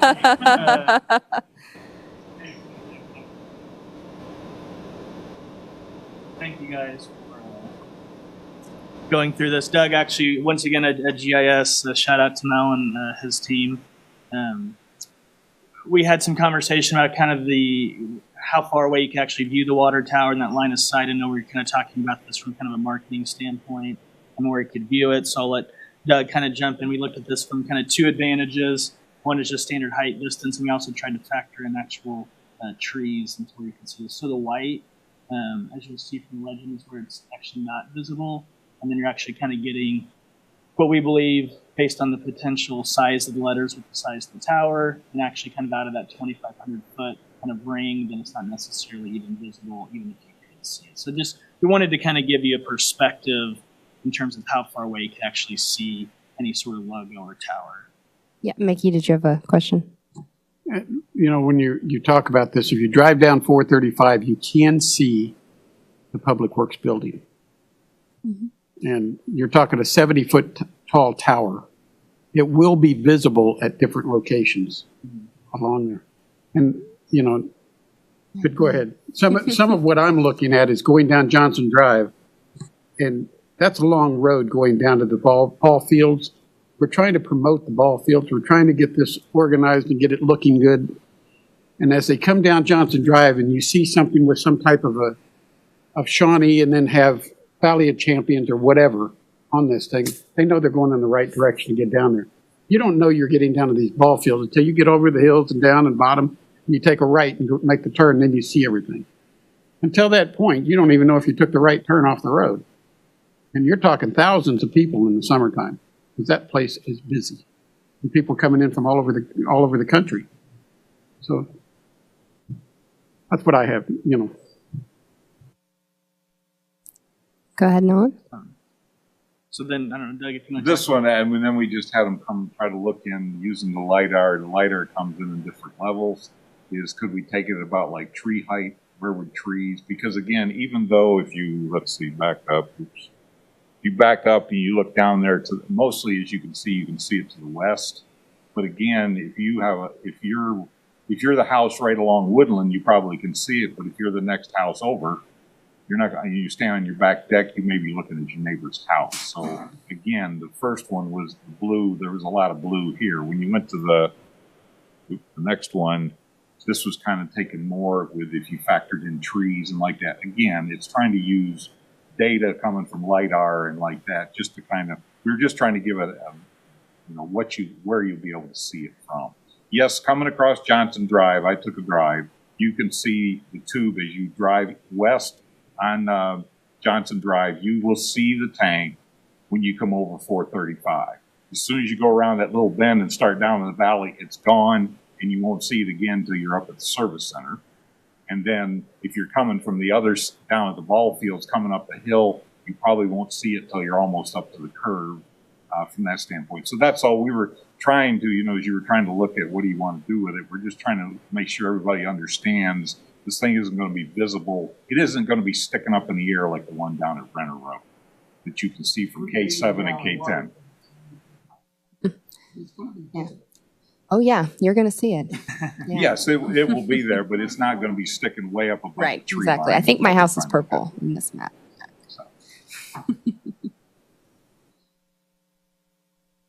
So Doug and I both met with Water One, and so they are planning to put their logo, I believe, in two of these spots. I believe on the east and west end. They're not planning to put any logo on the north side of the tank. Obviously, that's kind of on the Johnson County landfill side of it. So they will have their logo in two spots on this. And then their comments to us under the contract, it has to be kind of agreed on by both parties.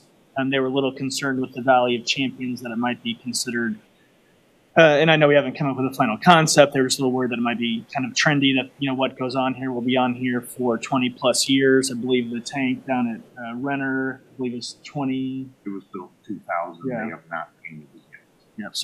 So they wanted us to keep in mind that what goes on there will stay on there. And so they talked about either just maybe putting Shawnee or putting proudly located in Shawnee if there's something that we want. So they would agree to that. The cost of that, which I believe is in the memo, we would probably need to budget approximately $15,000 for that. Lisa. So the $15,000 is for an initial painting, and I'm hearing that there's at least evidence of one water tower that hasn't required painting for 20 years. So is that saying that really we don't have any maintenance on top of this $15,000 to do whatever we want? Yeah, I mean, I think for them, I think some of the other options we looked at, there would be maybe some higher maintenance. I think there's a RAP discussion that came up, and I think there would be higher maintenance for that, and the cost of that would be much higher. But with this, from what they're seeing in the, I guess I'm not an expert, Doug, jump in. We've been learning a lot about water towers and coatings, but there's been a lot of technology with that, and they just haven't seen the wear and tear that they may have seen in other places in the industry. So I don't think we had an actual conversation of what it would be if they had to put the name when they repainted. What they did say that the budget, that's why they were saying the trendy, if you put, and again, I mean, if you know what I mean, with being trendy and it was up there and it's up there for 20 years, they're budgeting $500,000 to repaint the tank right now. So it's a lot of money because of the coatings itself, I think are very expensive. And painting one of these things is not the simplest thing in the world. And they're saying possible trending. I mean, the ball fields have been there for 20 years. More. Well, they're saying, but if they, I mean, they weren't saying, I don't think that they weren't saying don't do that. Right. They're saying, are your ball, just remember this could be up there for 20 years. I don't think we want to pay for, a $500,000 tank job in 5 years if we said, oops, we changed the name of the city. I'm just, right. If you don't understand what I'm saying. My point is, we don't want is, to get in the middle of if we're working on promoting this down there, I don't see a big issue with having something on the tower. We know it's going to be there 20 years. They just wanted to make sure that we understood the way the coatings are today. It's going to be 20 to 25 years before. That's good for anybody would be us. getting it. Yeah, it's good for you. They just wanted to make sure we understood that. We're And I would hoping that ask, ball is it the field's same gonna be there. price to put all these, put this mural up there as it is to put Shawnee? I would assume that's gonna cost a lot more to do that. Yeah, it would be more expensive. It's not 15. Yeah, I mean, we didn't get quotes on. I think kind of what they wanted us to pursue is kind of this either just saying Shawnee or proudly located in Shawnee is what. Yeah, I just think don't want the to mix direction. apples and oranges there. I think we were talking about different prices for depending on what you decide to put on there. Yeah. Something very simple like word Shawnee, it would be probably the base price of 15, I would think. And if you want to step it up from there, that's on you kind of deal. Well, and thank you for bringing that up because I thought that we asked at the last meeting that we have the different prices so that we could really consider our options. So we don't have prices at all. Well, I mean, they it's $15,000 voiced for that. concerns about kind of the Valley of Champions concept, and I think the direction I think they were really pushing us toward was just bringing back the idea of just putting Shawnee or probably located in Shawnee. So we don't actually have a full complement of options according to Water One of what we could paint on the water tower located in our city, just to clarify. Got it. Okay. All right. Just making sure. Yeah, well, based on some of that information, I'm perfectly happy with them just putting Water One on there because to spend $15,000 to say Shawnee on it doesn't float my boat particularly. It's taxpayers' dollars. I don't know how many rooftops we talked about. Their property taxes paying that $15,000. That's quite a few houses' property taxes come up with $15,000 for what? I mean, say Shawnee. I think you know you're in Shawnee. If you don't, I don't really know if I care if you don't know you're in Shawnee. I mean, it's.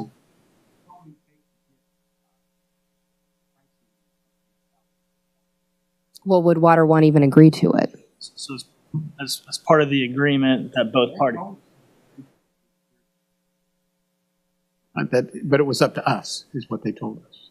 I think I remember them saying they would open to a conversation about what to put on it, but no surprise when we suggested they are not actually open.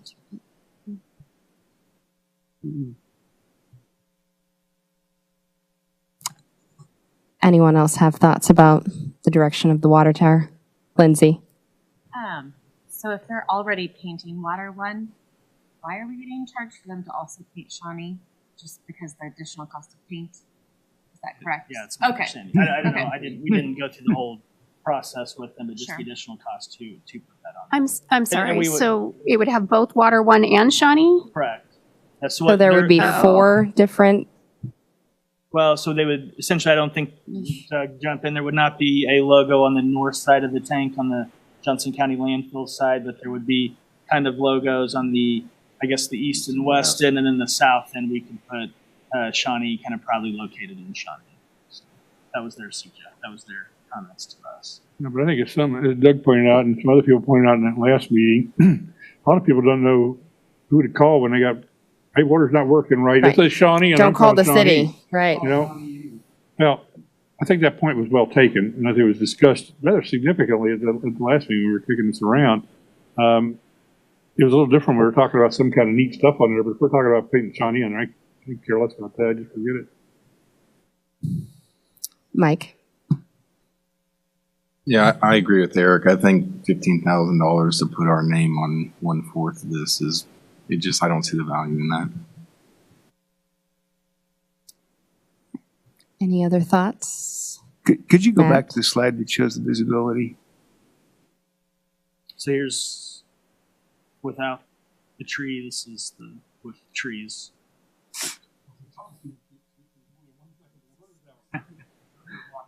Right there. Right. Yeah, that's It looks like the visible side is the landfill, right. quite frankly. There aren't any trees over there. The other is, we didn't explain the circles. In the signage business, they say you can read a 1-inch letter at 10 feet. So if you go 2 inches, it would be 20 feet, etc. If you did a 12-foot tall letter, it's about 1,400 feet.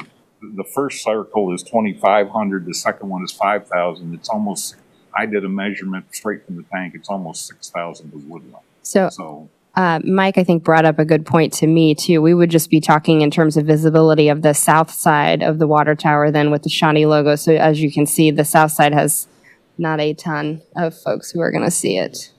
Yeah.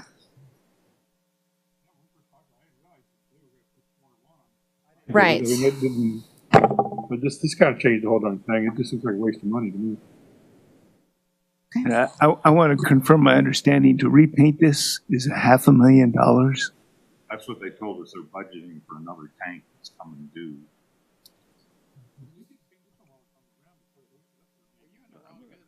Do it. I'm going to give myself a new job. Yeah. So it sounds like the direction then is leave it alone. Do not paint anything. So, okay. Yeah, previously I felt pretty strong and putting some nice icons up there, Valley of Champions and all of that. The visibility that we're going to get out of this and the fact that we got the south side, $15,000 with the risk of paying $500,000 at some point in the future sounds foolhardy to me. I don't know. Agreed. Okay. I'm changing my mind and backing off. Yeah. Jim. I would move that we leave the south side of the tank blank. Second. I have a motion and a second. All those in favor say aye. Aye. Opposed, nay. All right, motion passes. Oh, sorry. Yes, thank you. We got excited about a motion. Would anyone from the public like to speak on the water tower? Oh, sure. Come on up if you'll state your name and address for the record. Thank you, Lisa, for reminding me. Jim was so excited to move on.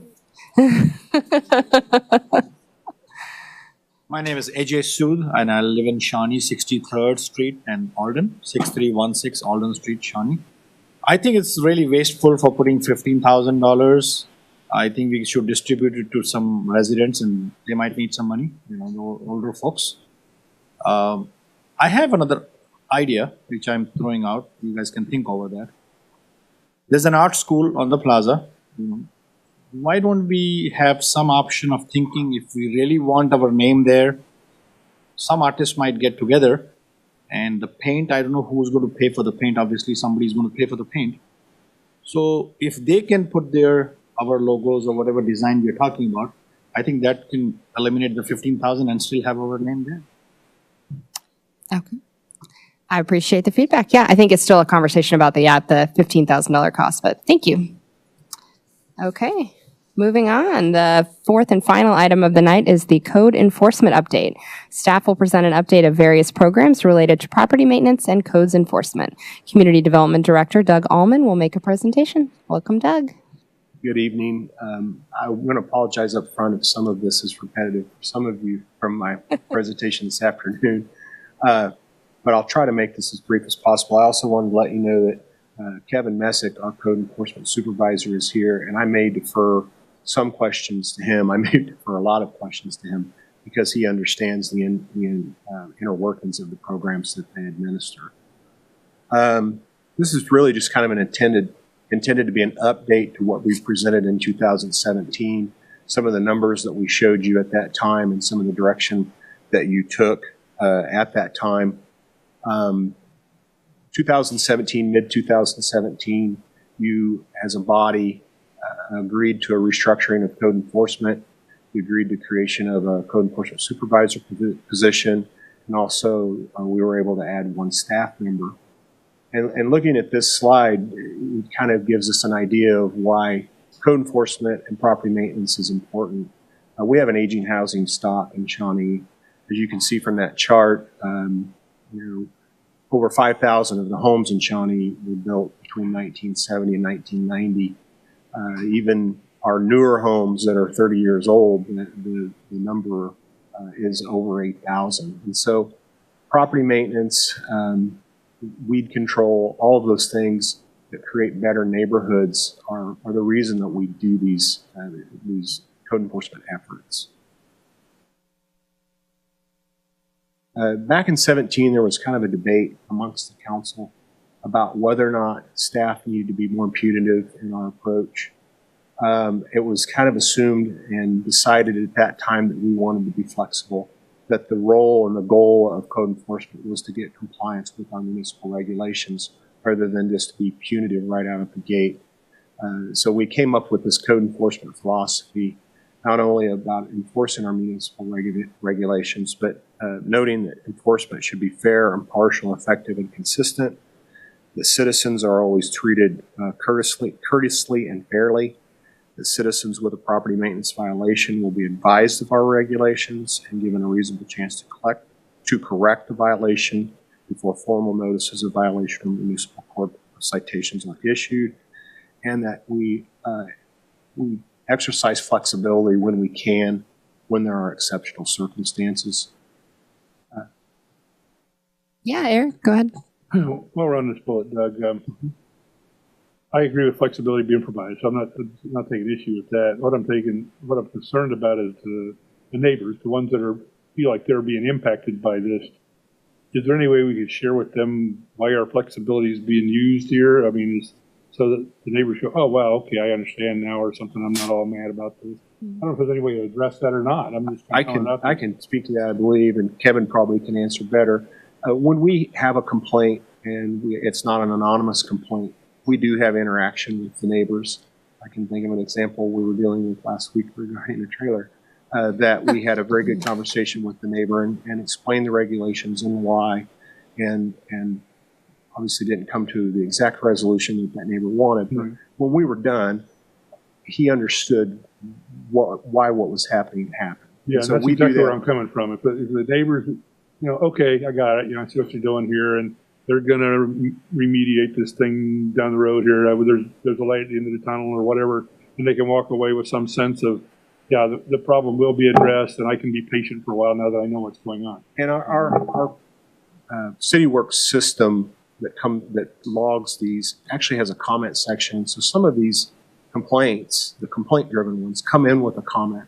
And when there's a comment that appears, Kevin and his staff actually look at those. And if it's not an anonymous type complaint, they will get back with that resident. Say if it's a comment, for instance, the brush pile's been there a week, why has this not been moved? We proactively go out and talk to that individual to explain if there is some unusual circumstance or some, for instance, maybe someone has been injured and can't take care of the brush pile in a timely manner. That's the kind of conversations that we have with those folks. I think that's great. We're doing that. But just as long as, it's a fine line. It really is. We're all kind of on the same page together, and everybody, okay, I got it. We're good to go. Yeah. That's not. I've been living next door to a porta-john, 2 giant dumpsters, and a chain link fence around the house since June. Yeah. So, but that's my neighbors. Love them. They're great folks. Their house burned down, for criminy sake. You got to give them some slack here, So, well, those are kind of extenuating obviously, I think they're actually in violation of requirements to have something done within at least a certain period of time. It's been an ongoing process. Okay. I think they're dealing with insurance possibly. Dealing with the insurance, dealing with contractors, all the stuff you got to deal with in those kind of situations. Right. I'm just saying, the neighbors got to give a little break in there too. And if they know what's going on, I think most people will. So we created this philosophy, and we adhere to it based on those conversations in 2017. Some of the other things that were brought up and made effective back then were that we would do a better job and actually create an educational program, pushing out information about timely topics, those sort of things, using the website, using in-field communication tools such as door hangers, creating a more proactive inspection process, and I'll get into the details of that here in just a moment. So the first, I've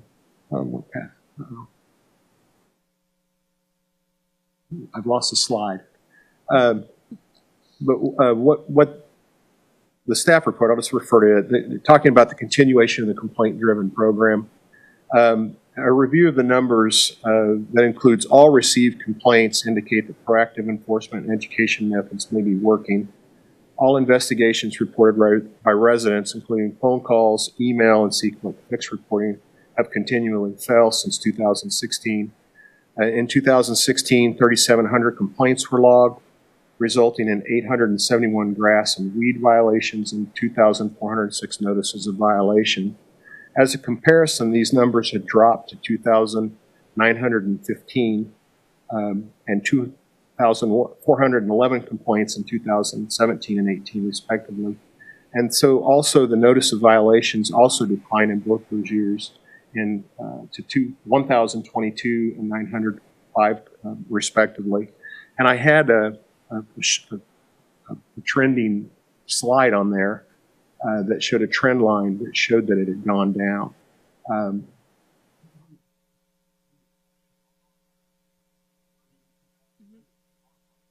It is, yeah.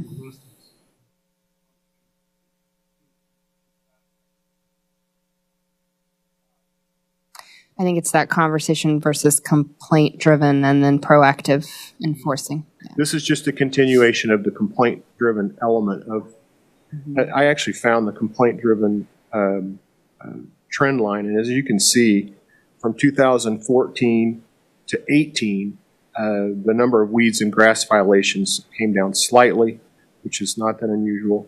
But the number of violation notices in 14 was peaking up in the 3,500 range and actually dropped down to the just under 2,000, around 2,000 in 18. And then this number of service requests actually had dropped dramatically.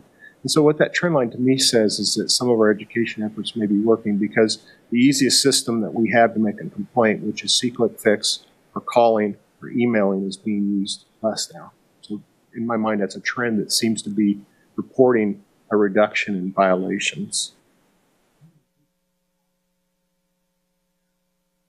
The next survey that we're seeing those numbers improving on there, that'd be great. Then we could actually feel good about, like, yeah, we're making progress and moving ahead. But it'd be kind of interesting if the citizens' numbers are still here and our numbers are showing they're coming down. What's the disconnect here? Why are they still as concerned as they are when in actuality we see a definite decrease in the number of complaints? Now, I'd like to see those matched up this time around. Pay some specific attention to that one particular event because of the citizen interest. And so I did find this other slide, going back to the other thing that was created in 2017 was the concept of creating geographic areas of enforcement, where we essentially divided the city up into 4 corresponding areas of interest that's handled by a single code enforcement officer.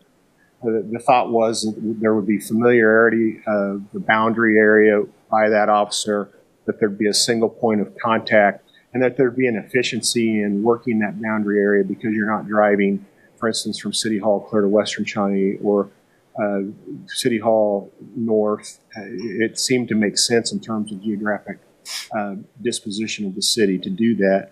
But what we found, we're still kind of trying to figure out if that's going to work.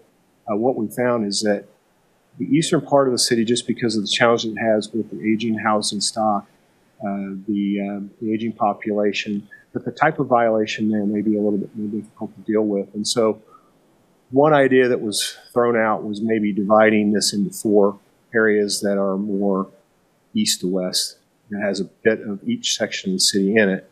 Or a method I think that would work better is to maintain these same geographic areas, but allow our codes officers to float. In essence, when a caseload or a case workload gets overwhelming for one officer, to allow a person to float into that area until the caseload becomes less burdensome. It's just we're again trying to tweak the system to try to figure out more efficient ways to do things.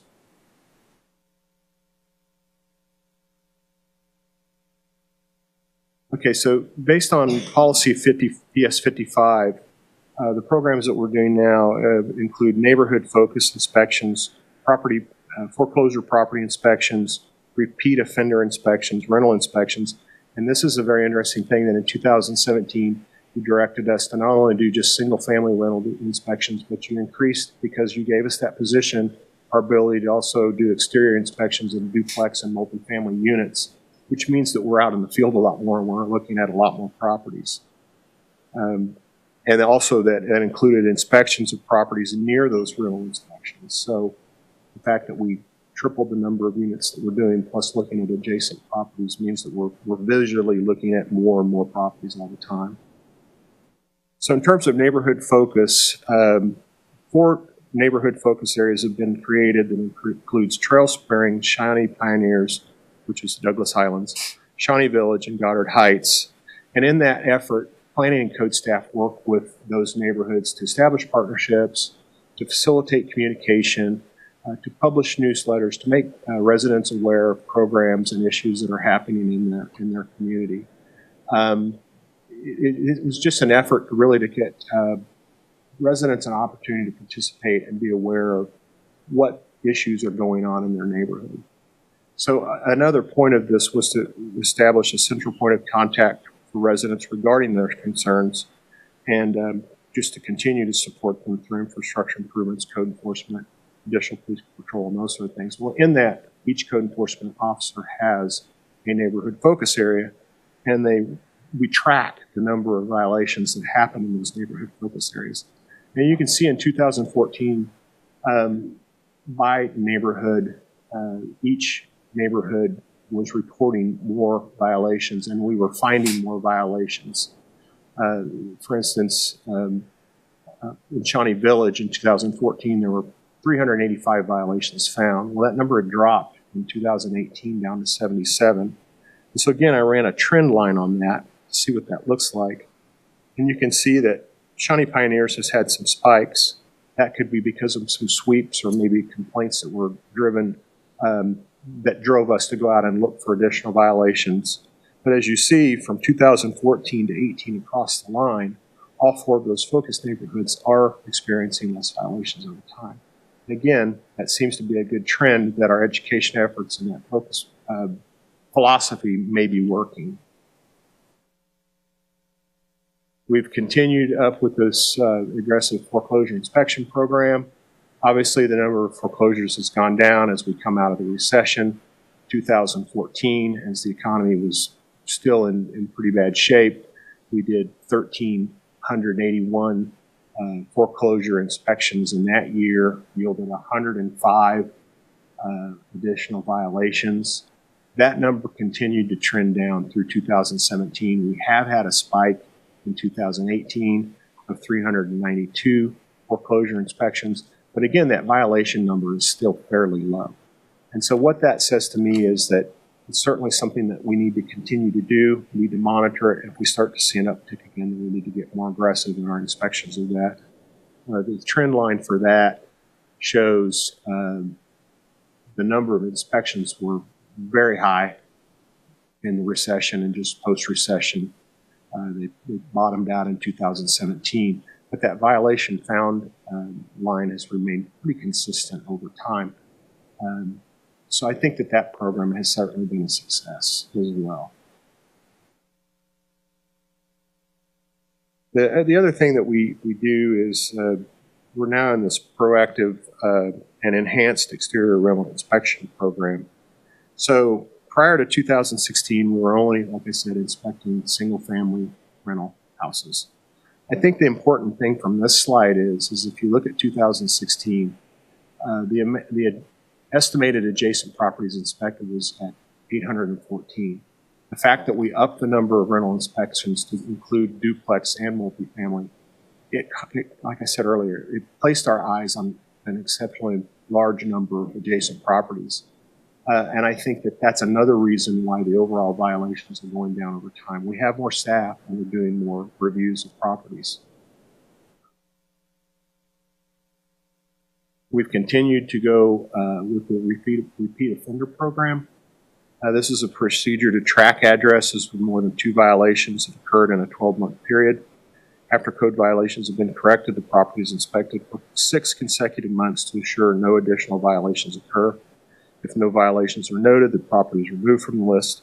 If a violation occurs during the 6-month period, the property remains on the inspection list for at least 6 more months after subsequent violations are corrected.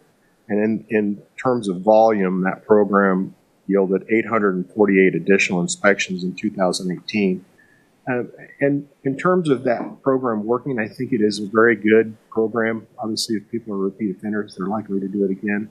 One suggestion that we had thought might be something that would be discussed tonight is whether or not, as a procedure, if we wanted to refer secondary repeat offenders directly to the court system, maybe make it a little more punitive in terms of violation and prosecution.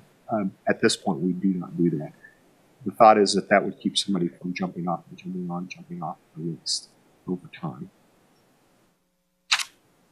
The other directive that you told us to carry forward was the inspection of main commercial corridors, and we do those on a every other week basis. Kevin or code enforcement staff drive those main corridors, which would be Shawnee Mission Parkway, 75th Street, 435, K7. And the thought is that those are highly visible, obviously. And so having an impact by making sure that the violations are in existence in those commercial corridors that they're taken care of. At this point, we're working on a tracking system. While we do track all commercial violations, we don't track violations that come specifically from those main corridors. And so we're figuring out a way to do that. I will say that in terms of the corridor, it's not just paint or property maintenance issues that are a big aesthetic issue. Dead and missing landscaping in those main corridors is a gap that we need to address. We've had some very rough summers. A lot of our older shopping centers are not irrigated. And while codes, our officers and Kevin do look for dead trees, they do look for potholes that reference a missing tree. There's not the level of detail that probably we need to do shrub replacement and those kind of things to bring a project back to its original approved condition. And so one of the thoughts there is that we've had interest from a couple of graduate students of wanting to do a summer unpaid internship and utilizing them in the field to take plans and do reviews of landscape plans in those corridors. The other directive I mentioned in the introduction was this idea of enhanced public education. We have, as a staff, created snippets, I guess is the word to say it, that are timely. The use of the city's communication manager to push those out on social media and city website and other city publications has been done.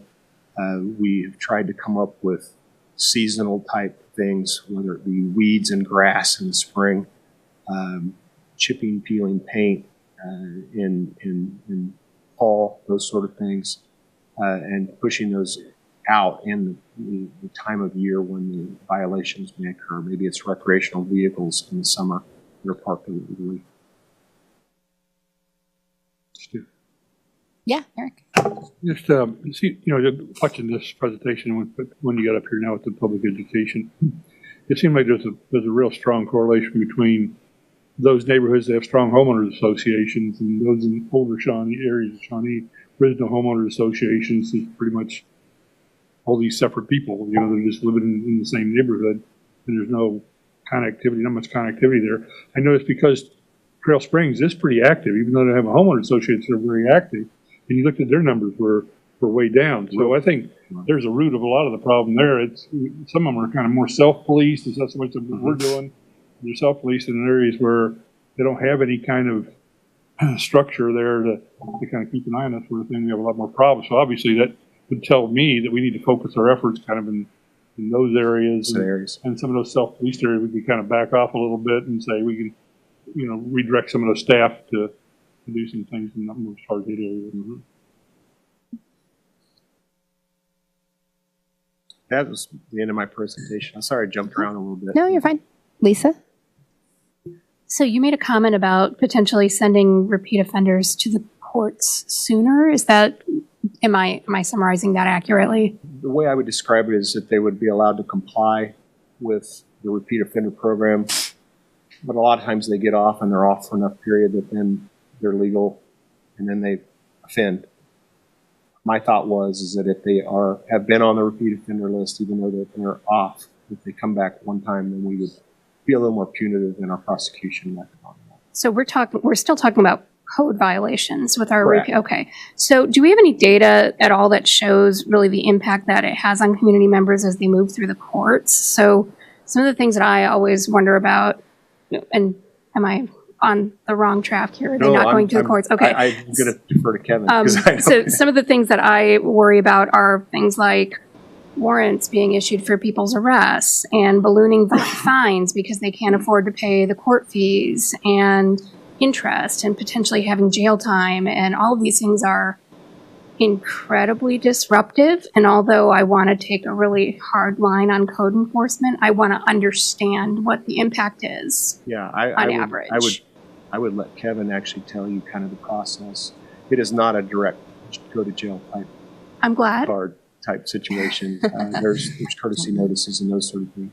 But the thing that I'm thinking of is really being less flexible with someone who's been on and off the list. But you want to kind of describe the process? Well, basically, right now, we work well with the prosecutor. So even if we do take someone to court, she takes their situation into consideration.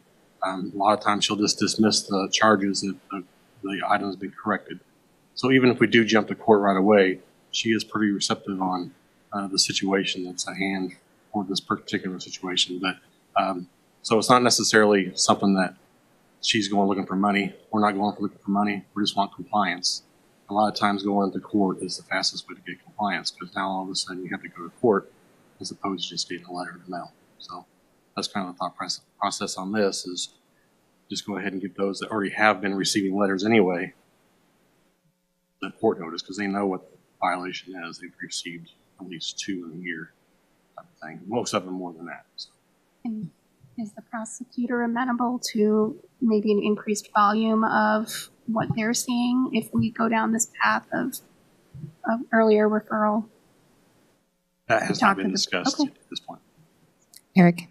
Yeah, I was just thinking while you were talking there about, is there any kind of, there's a lot of code violations. Is there any kind of categorization of these code violations, like a code violation A, B, C, or whatever?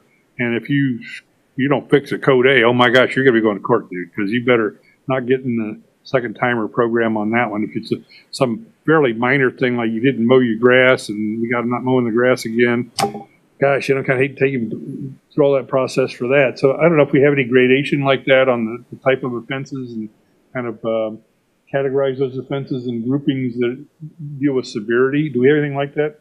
We don't have a severity for any of the violations. Any 2 violations within that 12-month period count. Stuff like weeds, we don't take tall grass to court. That's actually, we abate it. We go and have them mowed for them and bill them the price plus administration. But I think you're following with me. If we had something like that, maybe that would allow us to crack down on the offenses we're most concerned about the hardest, and be a little bit more flexible on those that we're less been out of shape about. Like at the hospital, we have codes that promote life safety. And if there's a life safety code violation, it's a really big deal. Yeah. Versus paint chipping. Not a categorizing of violations and punitive type relationship. But when they come on a complaint basis, when they come into the CSR system, we do rate them 1 to 5, something like that, 1 to 4, in terms of priority. So if something is a public danger, it's going to be rated a 4. And we go out and investigate that maybe sooner than the guy's grass who's 1 inch over. And so we do look at them in terms of a prioritization scale, but it's not how we enforce. So we may be able to attach enforcement to that kind of system, and then that way the most egregious ones are going to be cracked down on harder than the other ones. Right now we address those first. Yeah, there might. And you have a justification at that point. I mean, because you're not treating this guy bad and this guy not bad. I mean, they both have a code violation. Well, yeah, you got a code violation level 1. He got a code violation level 2, and or whatever. So you have a defensive position. We definitely take that into consideration, even for going to court. If it's something that's minor, we try to work with them as much as possible. So it's not all you're going to court or else type of thing, even when we give the notices. So it's more of a, how bad is the situation? Is it affecting anyone else? And how quickly does it need to be remedied? Any other? Yeah, Matt? So, Kevin, I think you helped me with an issue over in Lakeview Estates a while ago with a gentleman that had running a junkyard out of his driveway or something. The code issue itself was probably not a real life safety thing, but the issue of the personalities in the neighborhood, Rob, I think you eventually got engaged in that. To the point, at what point do we escalate it? You can rank them to some extent, but you've got personalities that just get ugly. I don't know how you are going to take that into account. And by the way, thank you for your help. Sure. One of the things I didn't address in the presentation, but it's in the memo, is that as a staff, we are looking at cross-team collaboration. It's kind of the theme I talked about earlier today. and at the direction of Nolan, we are actually doing meetings with police, and we are collaborating with them because there are cross issues, mental health illness, boarding issues, those sort of things. And so we come up with a cross-departmental team, and we're meeting basically quarterly to talk about those. And in your situation, I don't hope it didn't get to this point, but we're talking about establishing a way to know certain addresses where, for instance, if a code officer is going to hang a door hanger on the door, that they should know that that's probably not a good thing to do. And so we're looking at a GIS method maybe to have those few houses on our radar, I guess. And the purpose of that is enhance safety of our code enforcement officers. So, so we work across lines with the police department, I guess is the best answer to your question. Fantastic. And are even looking at more ways to expand that relationship. That's a good answer, by the way.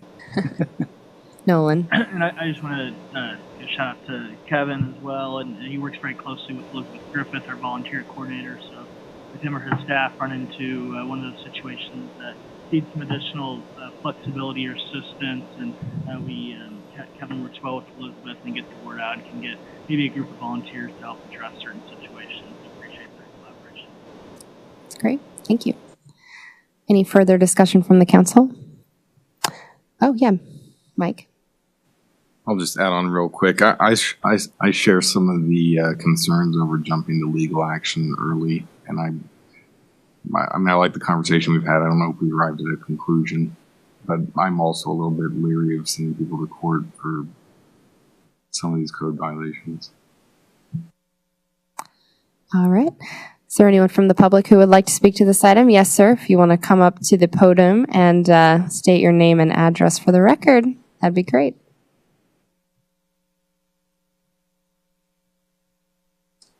My name is AJ Sood, and I'm on 63rd Street, Alden, 6316 Alden Street, Shawnee, Kansas.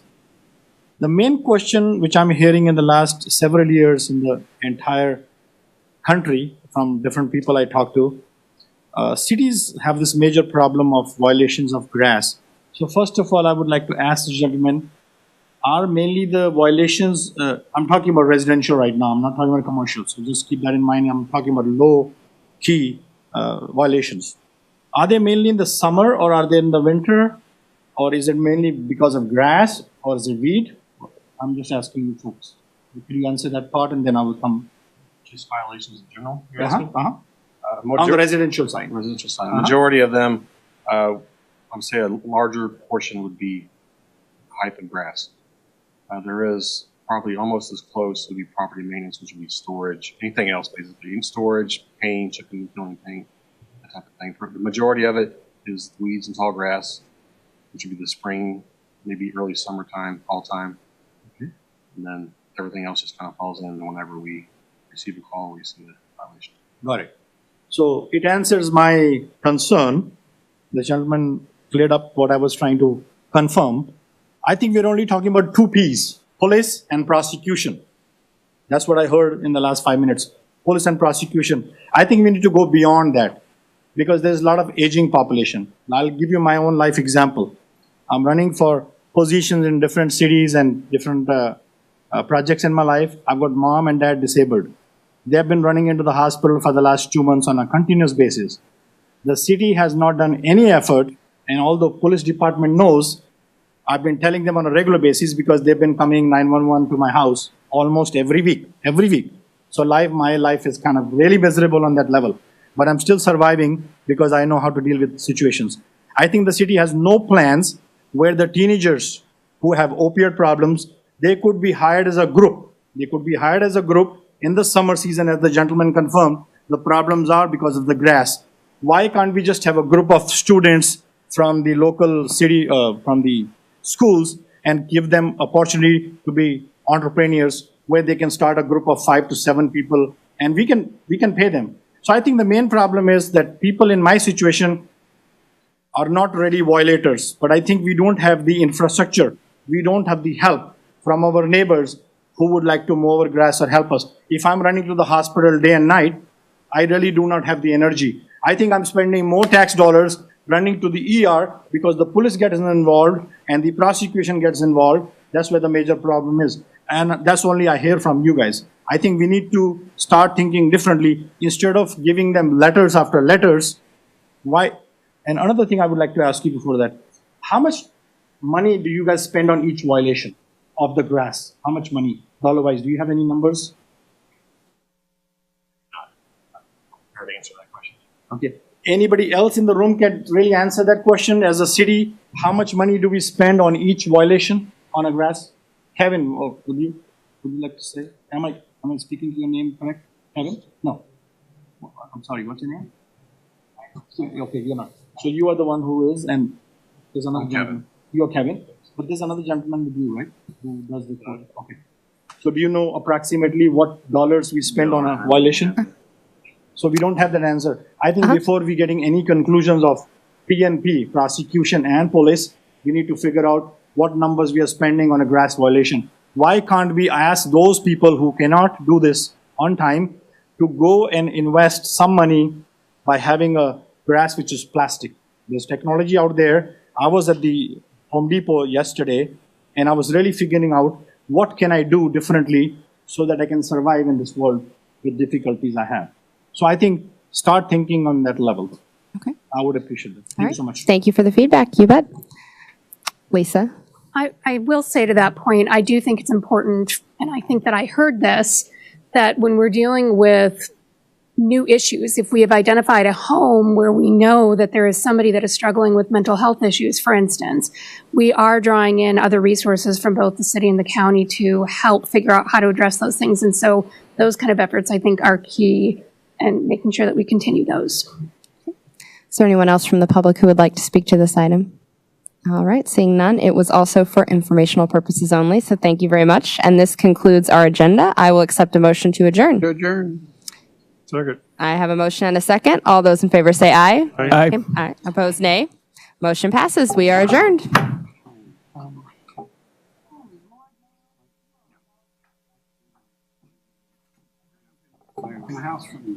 Yes. Yeah.